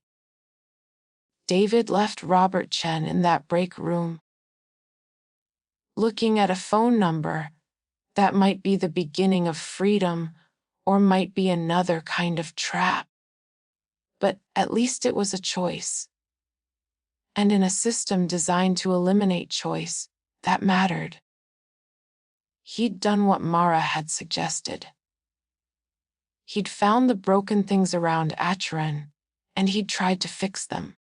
And in fixing them, he'd learned something important. Hell wasn't impenetrable. It was just powerful. And power could be challenged if you understood how it worked. Now he had to go inside and find out what kept hell running, what secrets it protected. What 3 pieces of information Marcus Thorne wanted badly enough to send David on an impossible mission to retrieve. The answers, he suspected, would be worse than he imagined. Part 9. The Devil's Old Code. Atron's primary facility sat in the desert like a monument to the future nobody wanted. Black glass and steel, surrounded by fences and cameras, and the kind of silence that came from being miles from anything that mattered. David approached it on foot, walking the last 2 miles because he wanted to see it the way it didn't expect to be seen. Slowly, from ground level, with time to notice the details. The power lines that connected it to 3 separate substations. The water tanks that held the aquifer's stolen water. The cooling towers that ran constantly, exhaling waste heat into desert air, the loading docks where trucks arrived at odd hours with deliveries that weren't on any manifest. And the employees, arriving for shift changes, their faces blank with the expression of people doing work they'd learned not to think about. David had a plan, not a sophisticated one. He wasn't a spy, and he wasn't going to try to become one. But he understood systems, and he'd spent the last 2 weeks learning Atron systems. He knew they had vulnerabilities. He just had to find the right one to exploit. The vulnerability turned out to be human. Robert Chen had given him a name before he'd left Margaret Winters. "She's been there 30 years," Robert had said. Started when Atron was still called something else, back when they actually did legitimate defense work. Now she's the keeper of the old systems. The legacy code that everything runs on, but nobody understands anymore. They can't fire her, because she's the only one who knows how it all fits together. And she hates what the company's become. David found her in a basement level that wasn't on any official floor plan. Surrounded by servers that predated modern design, machines that hummed with the sound of hard drives instead of the silence of solid state. She was 74, small and fierce, with white hair pulled back and reading glasses on a chain around her neck. "You're not supposed to be here," she said, not looking up from the terminal she was working on.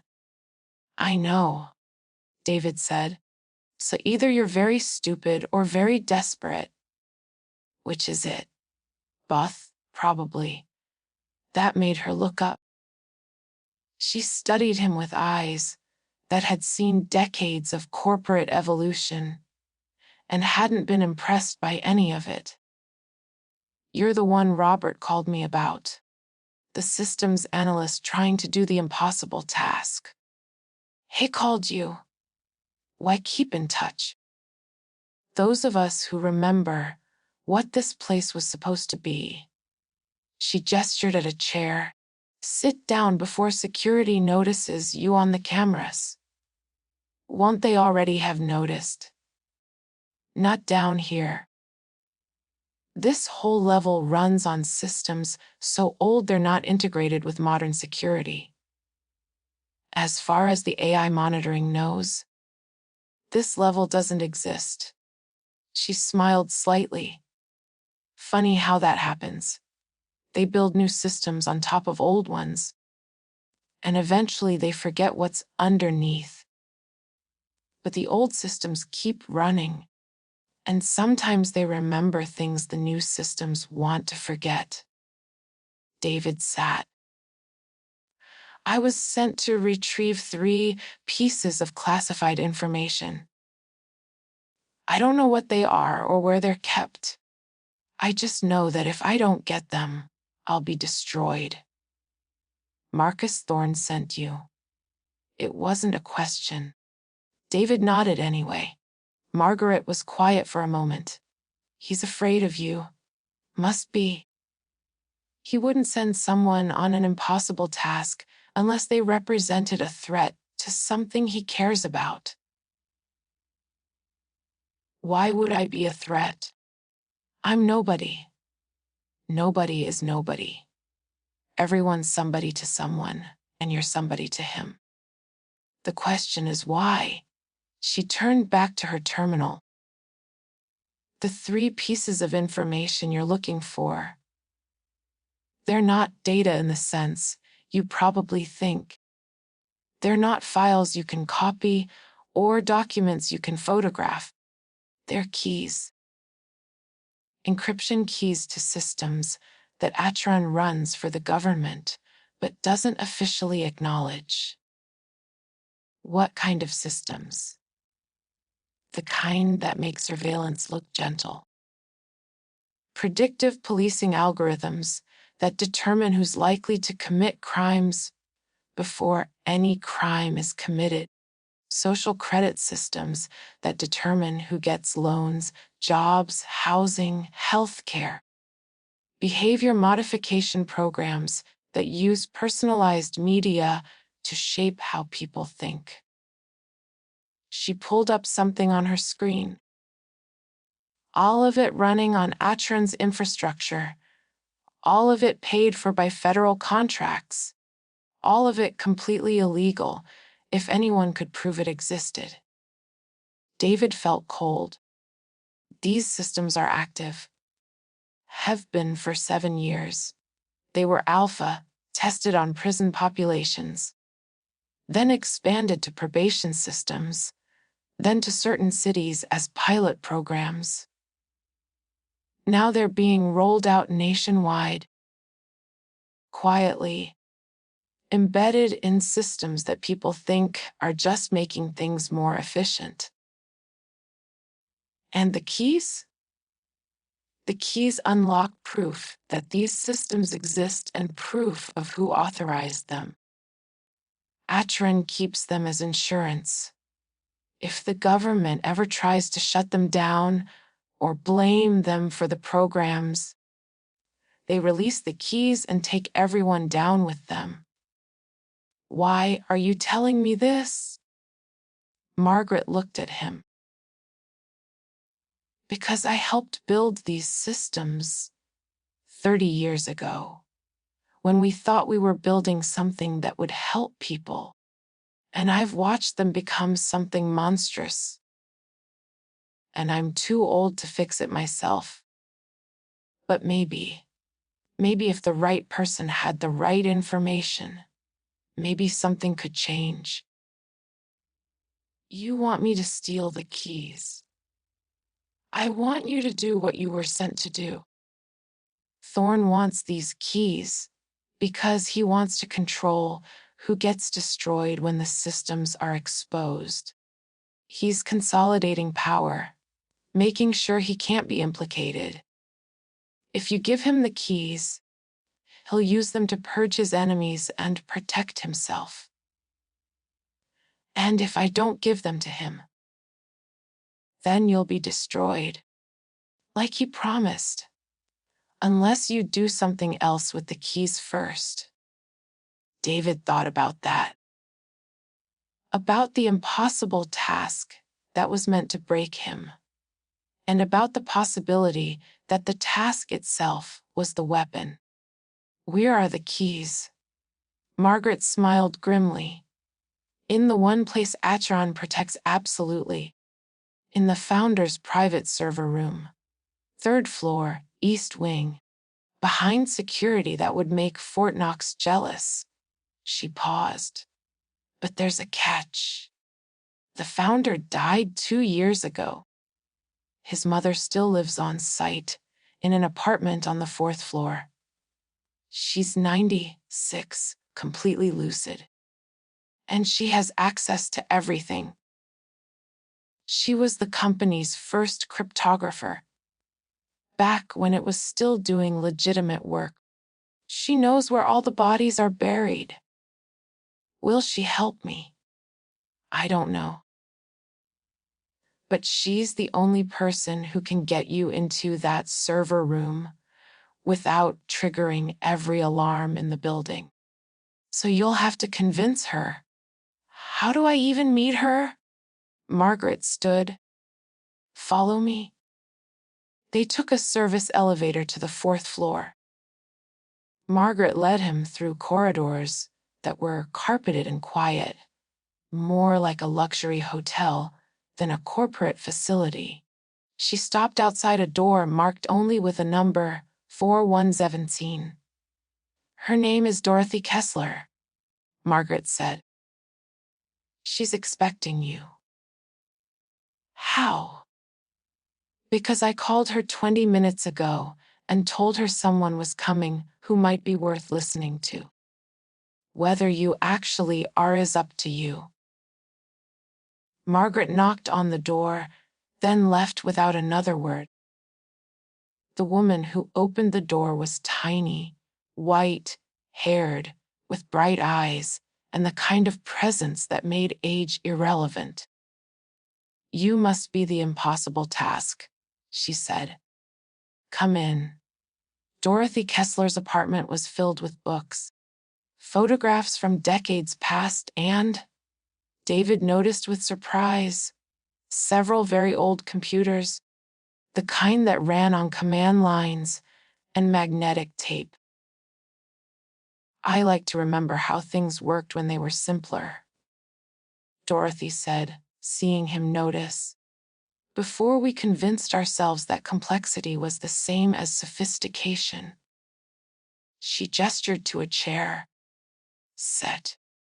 Tell me why you're here." David told her. Not just about the task, but about everything. About being born into a system that wanted him erased. About growing up invisible. About being found and manipulated and sent on a mission designed to destroy him. About the things he'd learned along the way. The broken systems and broken people. And the question that had been forming in his mind: what if the impossible task wasn't meant to be completed, but to teach him something about how power worked? Dorothy listened without interrupting. When he finished, she was quiet for a long time. "My son built all of this," she said finally. "Not just Acheron, but the philosophy behind it. He believed that order required control, and control required information.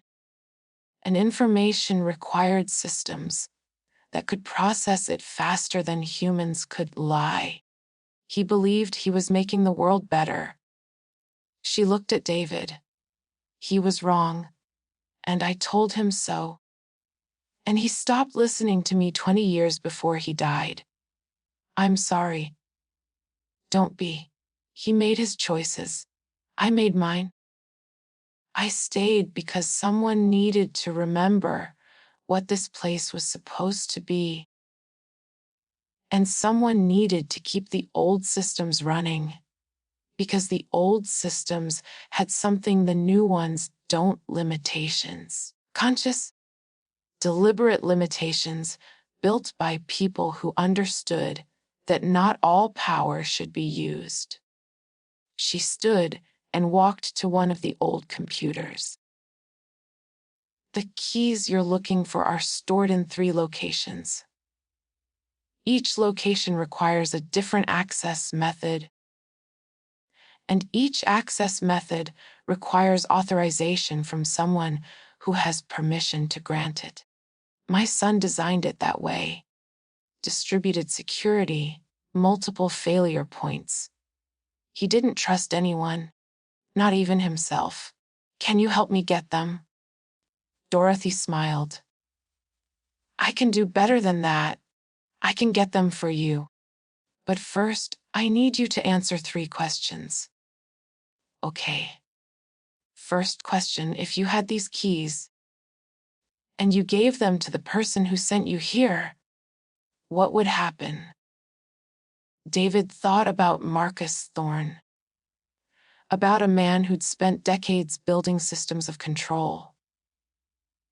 He'd use them to consolidate power, to eliminate anyone who threatened him, and to ensure that when the systems were exposed, because they will be exposed eventually, he wouldn't be among those destroyed. Second question: if you had these keys and you released them publicly, what would happen? Chaos. The systems would be exposed. People would be outraged, but the damage would already be done. And the chaos would probably be used to justify even more control, more surveillance, more systems designed to prevent chaos.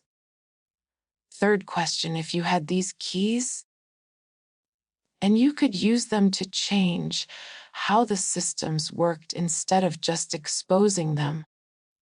What would you do? David was quiet.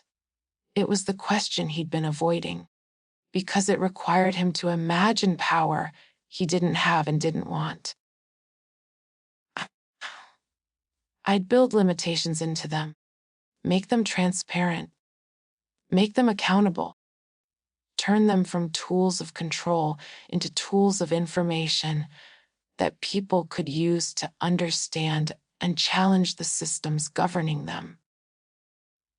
Dorothy nodded slowly. Then I'll help you, but not because I think you'll succeed. The odds are very much against you. I'll help you because you ask the right questions, and that suggests you might survive long enough to ask more of them. She walked to a closet and pulled out a coat. Come on, we're going to my son's private server room. And along the way, I'm going to extract 3 golden hairs from the devil's head. David stared at her. I'm sorry. Dorothy laughed. It's a metaphor, dear. Or maybe it's literal. My son used to say he'd made a deal with the devil to build all of this. Maybe he was right. Either way, the devil is sleeping now. All these systems, running automatically, thinking they don't need humans anymore. And while the devil sleeps, we're going to take what we need. Part 10e. The 3 golden hairs. The server room was cold, humming with the sound of machines that never stopped thinking. Dorothy led David through security checkpoints that recognized her biometric signature and opened without question. Cameras tracked their movement, but didn't trigger alarms. Dorothy Kessler had access to everything, a legacy of the days when she'd helped build the systems that now ran autonomously. My son called this place the garden, Dorothy said as they walked, because it was where everything grew. Every algorithm, every dataset, every system that Acheron ever deployed. It all started here, and it all comes back here. The garden remembers everything. They reached a door that required both a retinal scan and a blood sample. Dorothy provided both, and the door opened onto a room that looked more like a shrine than a server room. 3 glass cases, each containing a single physical hard drive. Each hard drive labeled with a simple designation. GOLD1, GOLD2, GOLD3. The golden hairs, Dorothy said. Everything my son was proud of and everything he was afraid of. Stored in the most primitive form possible. Because he understood that sophisticated systems can be hacked. But physical objects have to be physically stolen. Why keep them at all? David asked. Insurance, power, fear. Take your pick. She approached the first case. GOLD1 contains the encryption keys to the predictive policing system. It's active in 70 cities now, determining who gets stopped, searched, arrested, based on algorithms that predict criminal behavior. The data it uses includes everything: social media posts, purchasing history, location tracking, facial recognition, even the books people read from libraries. And it's wrong approximately 30% of the time. But being wrong doesn't stop it from ruining lives.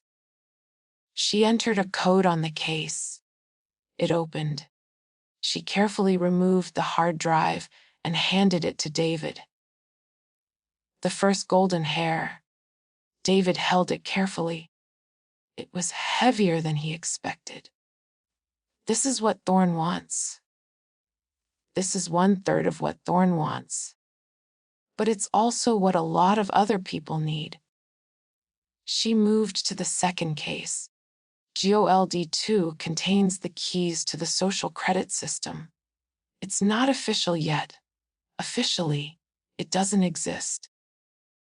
But it's running in background mode, scoring every citizen on financial reliability, social responsibility, political alignment. The scores determine loan approvals, job applications, housing eligibility, even medical treatment priority. And the beautiful part, from the system's perspective, is that it's completely opaque. Nobody knows their score, nobody knows how it's calculated, and nobody can appeal it. The second case opened. Dorothy removed the drive. The second golden hair. David took it. How do people not know about this? Because it's integrated into systems they already use. When a loan is denied, they're told it's because of credit scores they can see. When a job application is rejected, they're told they weren't qualified. The social credit score is invisible. It just makes bad outcomes more likely for people the system decides are undesirable. She approached the third case. And this one is the worst.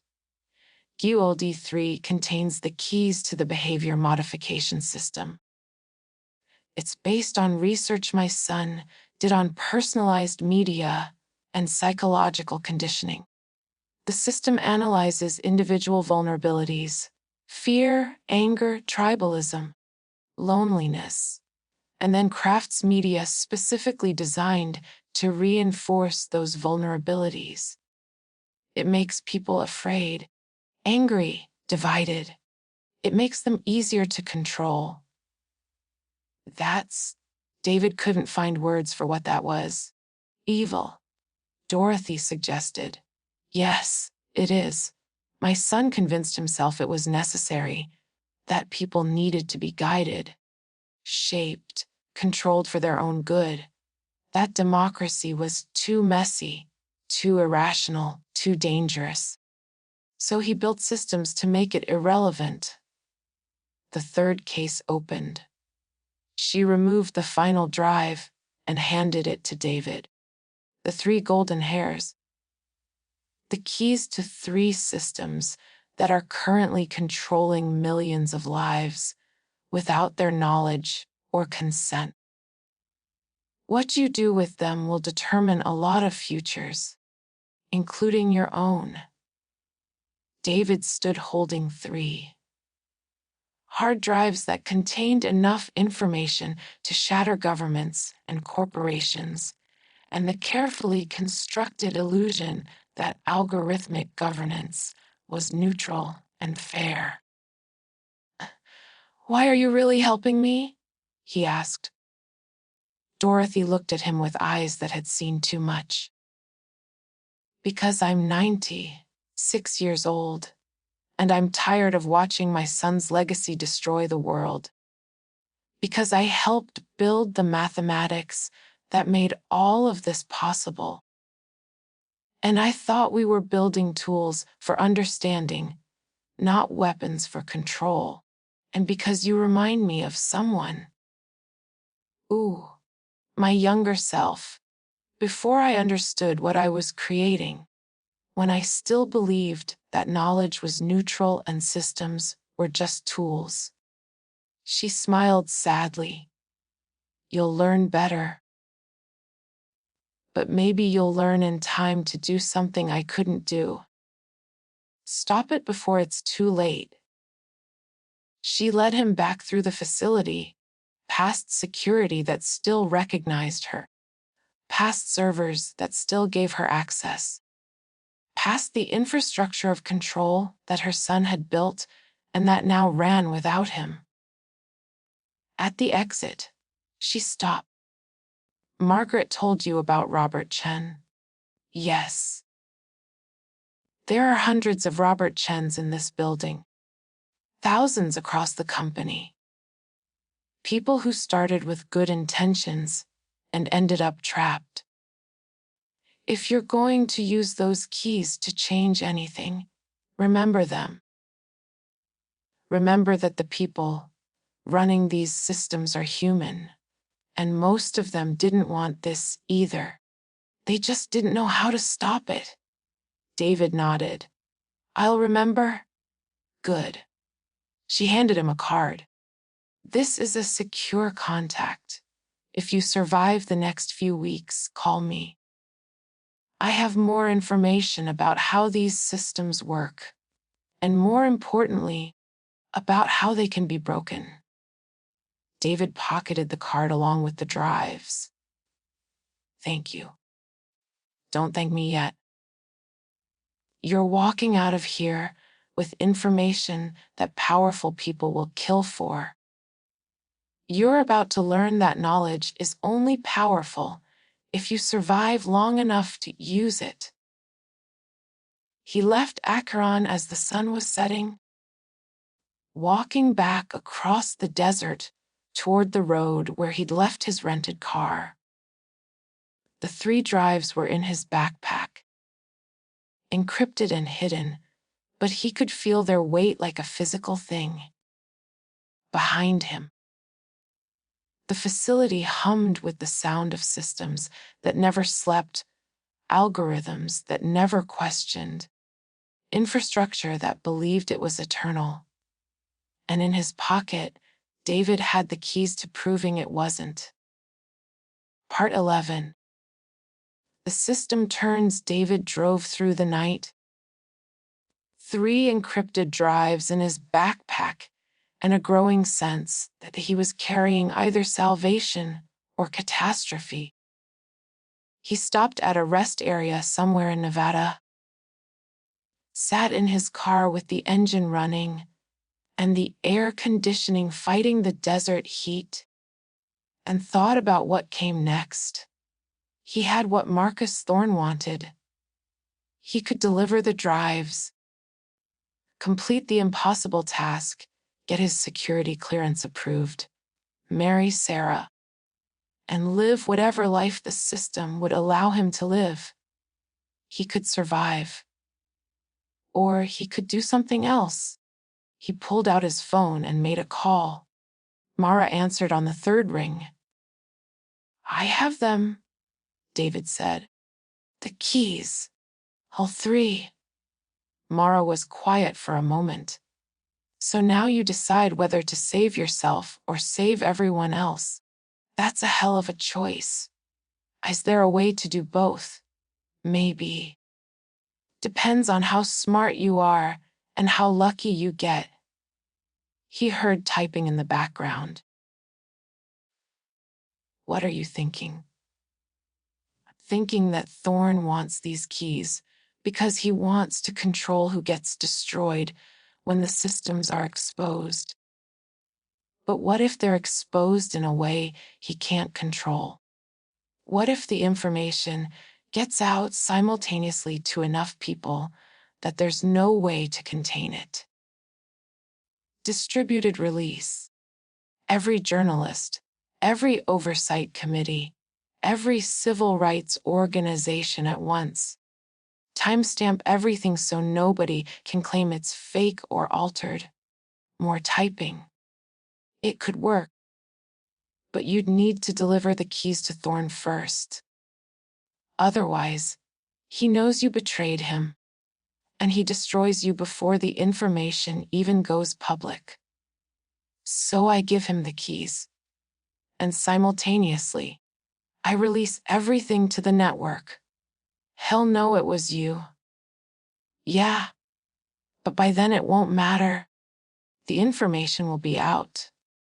And he'll be too busy trying to save himself to destroy me. Mara laughed. A sound without much humor. You're betting that the system will eat itself, that exposing these programs will cause enough chaos that Thorne won't have time to come after you personally. Is that a bad bet? It's the only bet you have.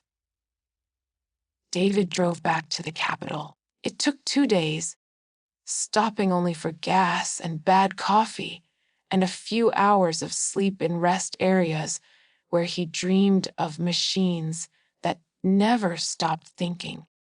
By the time he reached the city, he had a plan. Not a good plan, but a plan that might work if he was very careful and very lucky.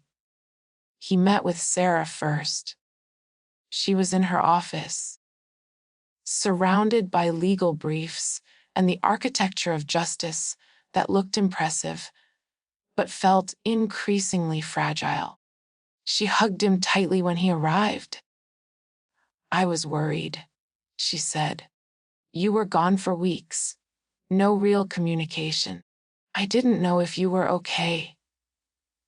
"I'm okay. Or I will be if this works." He told her everything. About Riverside and Grayson and Robert Chen. About Dorothy Kessler and the server room and the 3 drives that contained keys to systems that were quietly destroying democracy. About his plan to expose it all, and about the fact that exposing it would make him a target. Sarah listened without interrupting. When he finished, she was quiet for a long time. "If you do this," she said finally, "you'll be making enemies of some of the most powerful people in the country, including the man who controls most of the federal security apparatus. I know. They'll come after you, after us. They'll use every tool they have to destroy your reputation, your credibility, your freedom. I know." Sarah stood and walked to the window. The city sprawled below. Millions of lives being lived in the shadow of systems they didn't know existed. "My father always said that the rule of law only works if people believe in it. If the systems are rigged, if the game is fixed, then the law becomes just another tool of oppression." She turned back to David.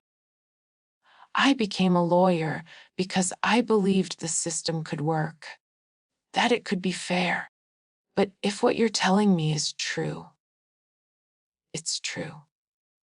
Then the system needs to be broken, not destroyed, but broken enough that it can be rebuilt correctly."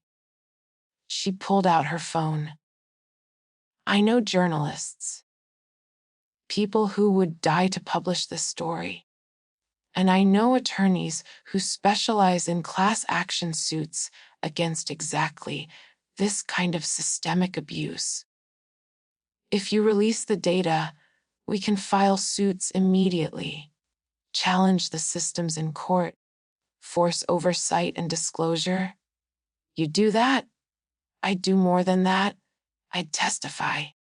I'd use every connection my family has to make sure this doesn't get buried." She smiled slightly.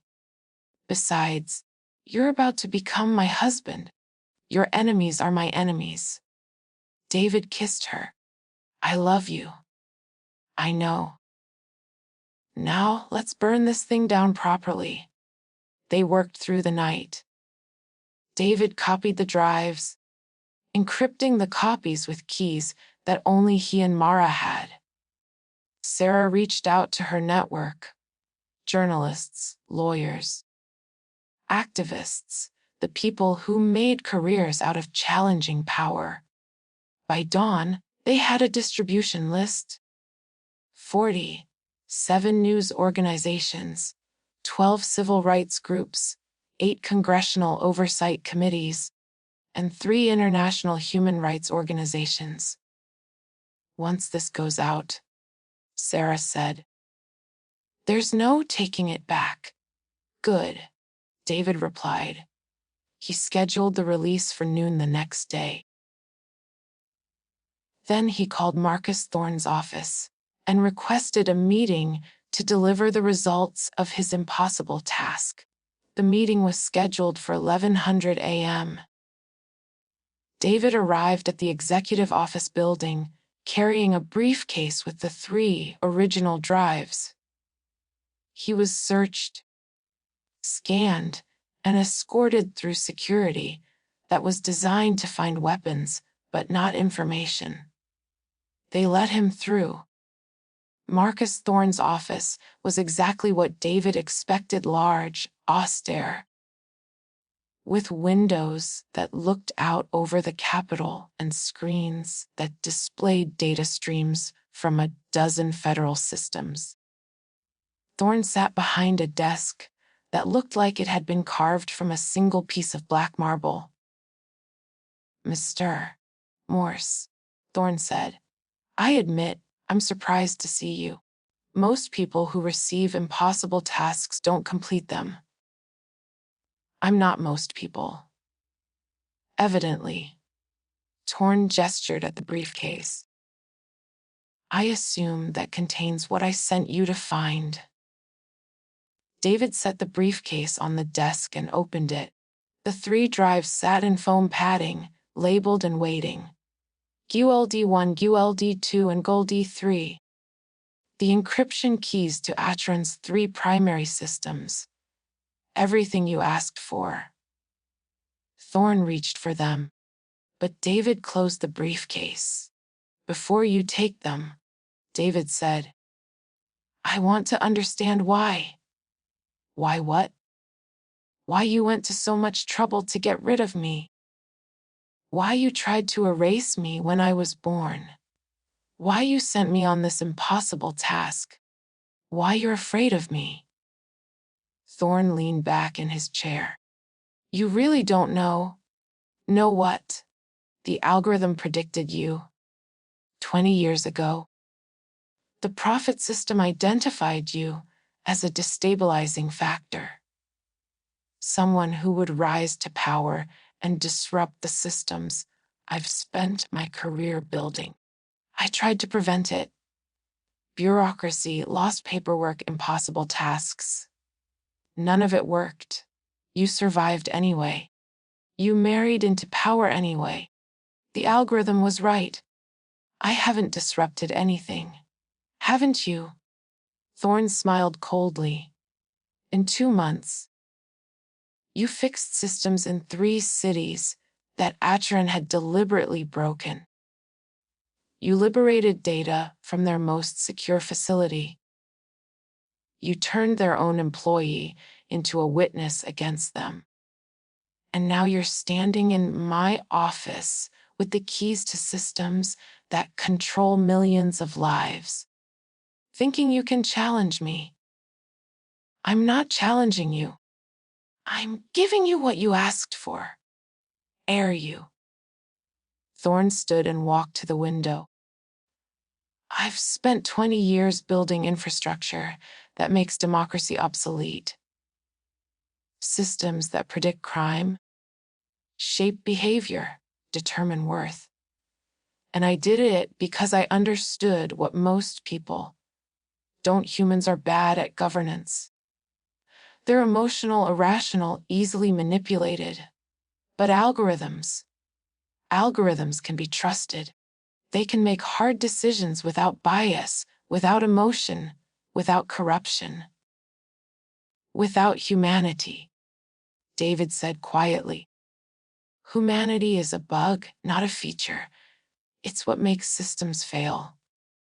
Thorne turned back to him. "You want to know why I'm afraid of you? Because you represent the opposite philosophy. You think systems should serve people instead of controlling them. You think humans can be trusted to make decisions about their own lives. And if enough people believe that, everything I've built falls apart." "Good," David said.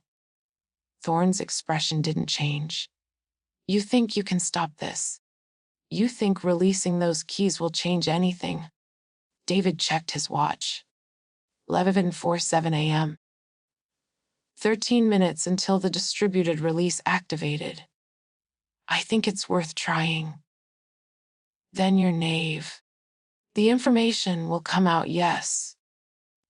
There will be outrage, investigations, congressional hearings.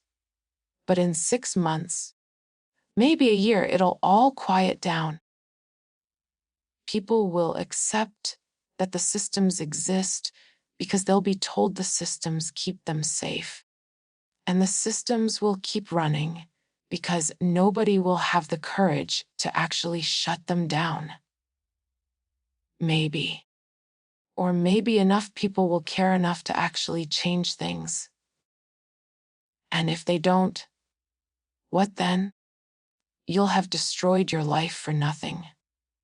You'll be facing federal charges, civil suits, and a justice system that I control. You'll wish I'd succeeded in erasing you 20 years ago. David pushed the briefcase across the desk. Then I guess we'll find out. Thorne took the briefcase, opened it, examined the drives carefully. These are authentic. Yes. Then our business is concluded. You've completed your impossible task. Your security clearance is approved. Congratulations, Mr. Morse. You survived. He smiled. Of course. Survival is relative. You might find the next few months quite challenging. David stood to leave. At the door, he paused. The algorithm was right about one thing. I will disrupt your systems. But not because I'm special or powerful. Just because I'm not alone. He left the building and walked back into the capital city where Sarah was waiting with their network of allies, where Mara was monitoring the distributed release, where Robert Chen was preparing to testify about 15 years of knowledge about Atron's illegal operations. At noon exactly, the release activated. 47 news organizations received encrypted files containing documentation of 3 massive surveillance and control systems. 12 civil rights groups received the legal framework to file immediate challenges. 8 congressional committees received evidence of illegal federal programs. 3 international human rights organizations received proof of democratic backsliding that violated multiple treaties. By 2030, the first articles were being published. By 100, emergency congressional sessions were being called. By 200, Atron's stock had dropped 40% and their CEO had resigned. By 300, Marcus Thorne was giving a press conference, denying any knowledge of the systems, while simultaneously defending them as necessary for national security.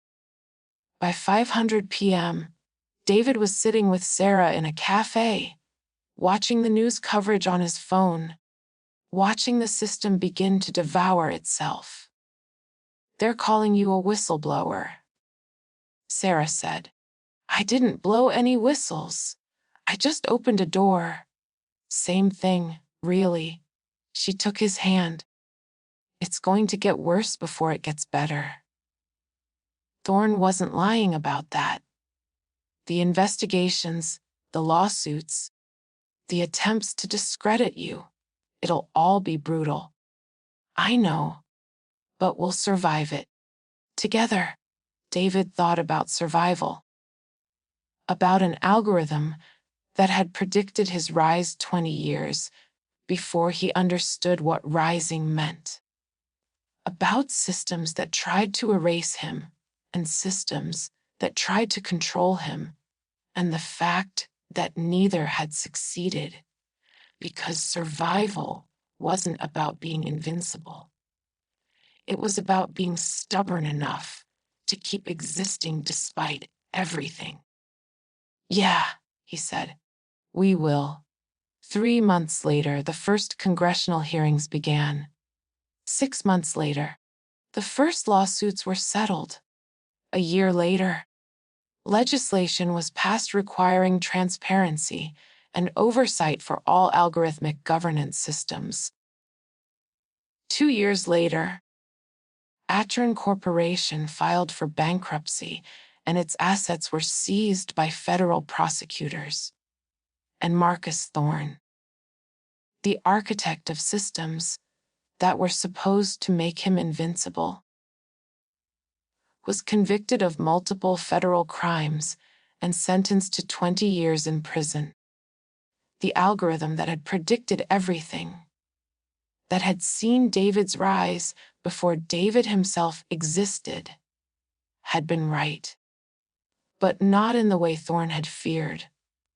The system had turned on its master. Not because David had overthrown it, but because David had used its own rules against it, had exposed it using the very infrastructure it had built, had proved that systems designed for control could be weapons for liberation if wielded by people who understood how they worked. Epilogue: the wedding. David and Sarah were married on a Saturday in October, in a small ceremony that included family and friends and a few people who'd been strangers 2 years earlier, but who'd become allies in the fight to remake systems that had been broken for too long. Thomas and Elena were there, proud and bewildered by the life their adopted son had somehow lived. Dorothy Kessler attended, 98 now and still sharp, still keeping the old systems running because someone needed to remember. Mara and Cypher came, uncomfortable in formal clothing, but grinning at the absurdity of it all. Robert Chen attended with his daughter, who was speaking to him again, now that he'd escaped Acheron and testified against it. Mayor Okonkwo from Riverside sent a gift, a bottle of water from the aquifer that Acheron had returned, with a note saying, "For when you're thirsty for justice."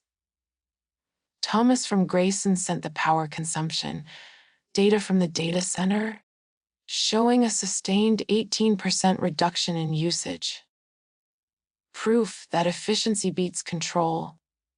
The note read, "And in a prison 3 states away, Marcus Thorne received a wedding announcement." He read it once, then set it aside, and thought about algorithms and predictions and the fundamental unpredictability of humans who refused to be variables in equations they didn't agree to solve. During the ceremony, when David said his vows, he looked at Sarah and thought about fate, about how he'd been born into a system that wanted him erased, and how he'd survived by becoming invisible to that system, and how he'd ultimately defeated it by becoming so visible he couldn't be disappeared. The algorithm had predicted he would marry into power. But the algorithm hadn't predicted what he would do with that power once he had it. Hadn't predicted that he would use it to break the very systems that had tried to break him. Because that was the thing about algorithms. They could predict outcomes based on existing patterns, but they couldn't predict humans who chose to create new patterns entirely. "I do," David said, and meant it, and understood finally that survival wasn't about avoiding fate, but about choosing what kind of fate to create. The reception lasted until midnight. People danced and talked and celebrated the rare victory of humans over the machines that claimed to govern them. And somewhere in the infrastructure of the city, in servers and cables, and the invisible architecture of control. The old systems kept running, but they ran differently now, with oversight, with transparency, with the knowledge that they served people instead of ruling them. It wasn't perfect. It was messier, slower, more complicated than the algorithmic paradise Thorne had imagined. But it was human, and that, David had learned, was worth fighting for. As he and Sarah left the reception, walking into the night with their whole future ahead of them, David thought about the 3 golden hairs, about the keys that had unlocked not just systems, but the understanding of how systems worked and how they could be challenged. The drives were in federal evidence now, being analyzed by congressional committees and independent investigators. But the knowledge they contained, the proof that systems could be questioned, could be changed, could be defeated, that knowledge was spreading, being shared, becoming the foundation for new patterns, new possibilities, new ways of organizing society that treated humans as more than variables to be optimized. "What are you thinking about?" Sarah asked. "Impossible tasks," David said. "And how sometimes the point isn't to complete them the way they expect. Sometimes the point is to complete them in a way that changes what's possible." Sarah smiled. "That's very philosophical for someone who just got married." "Yeah, well, I learned from the best."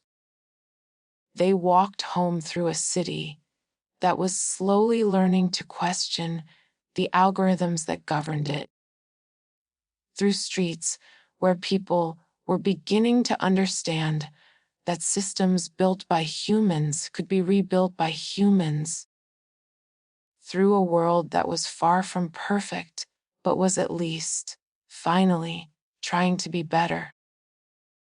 And somewhere in the infrastructure that hummed beneath it all, the profit algorithm recalculated its predictions based on new data.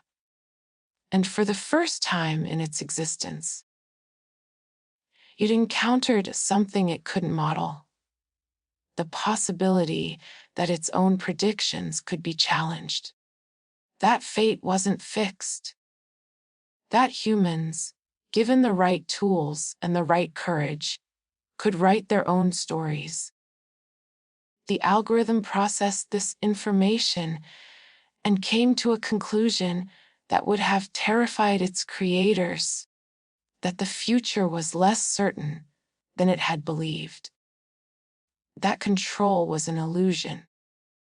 That systems were only as powerful as the people who chose to obey them. And in the quiet darkness of that realization, somewhere in the code, a variable changed. A pattern broke. A new possibility emerged.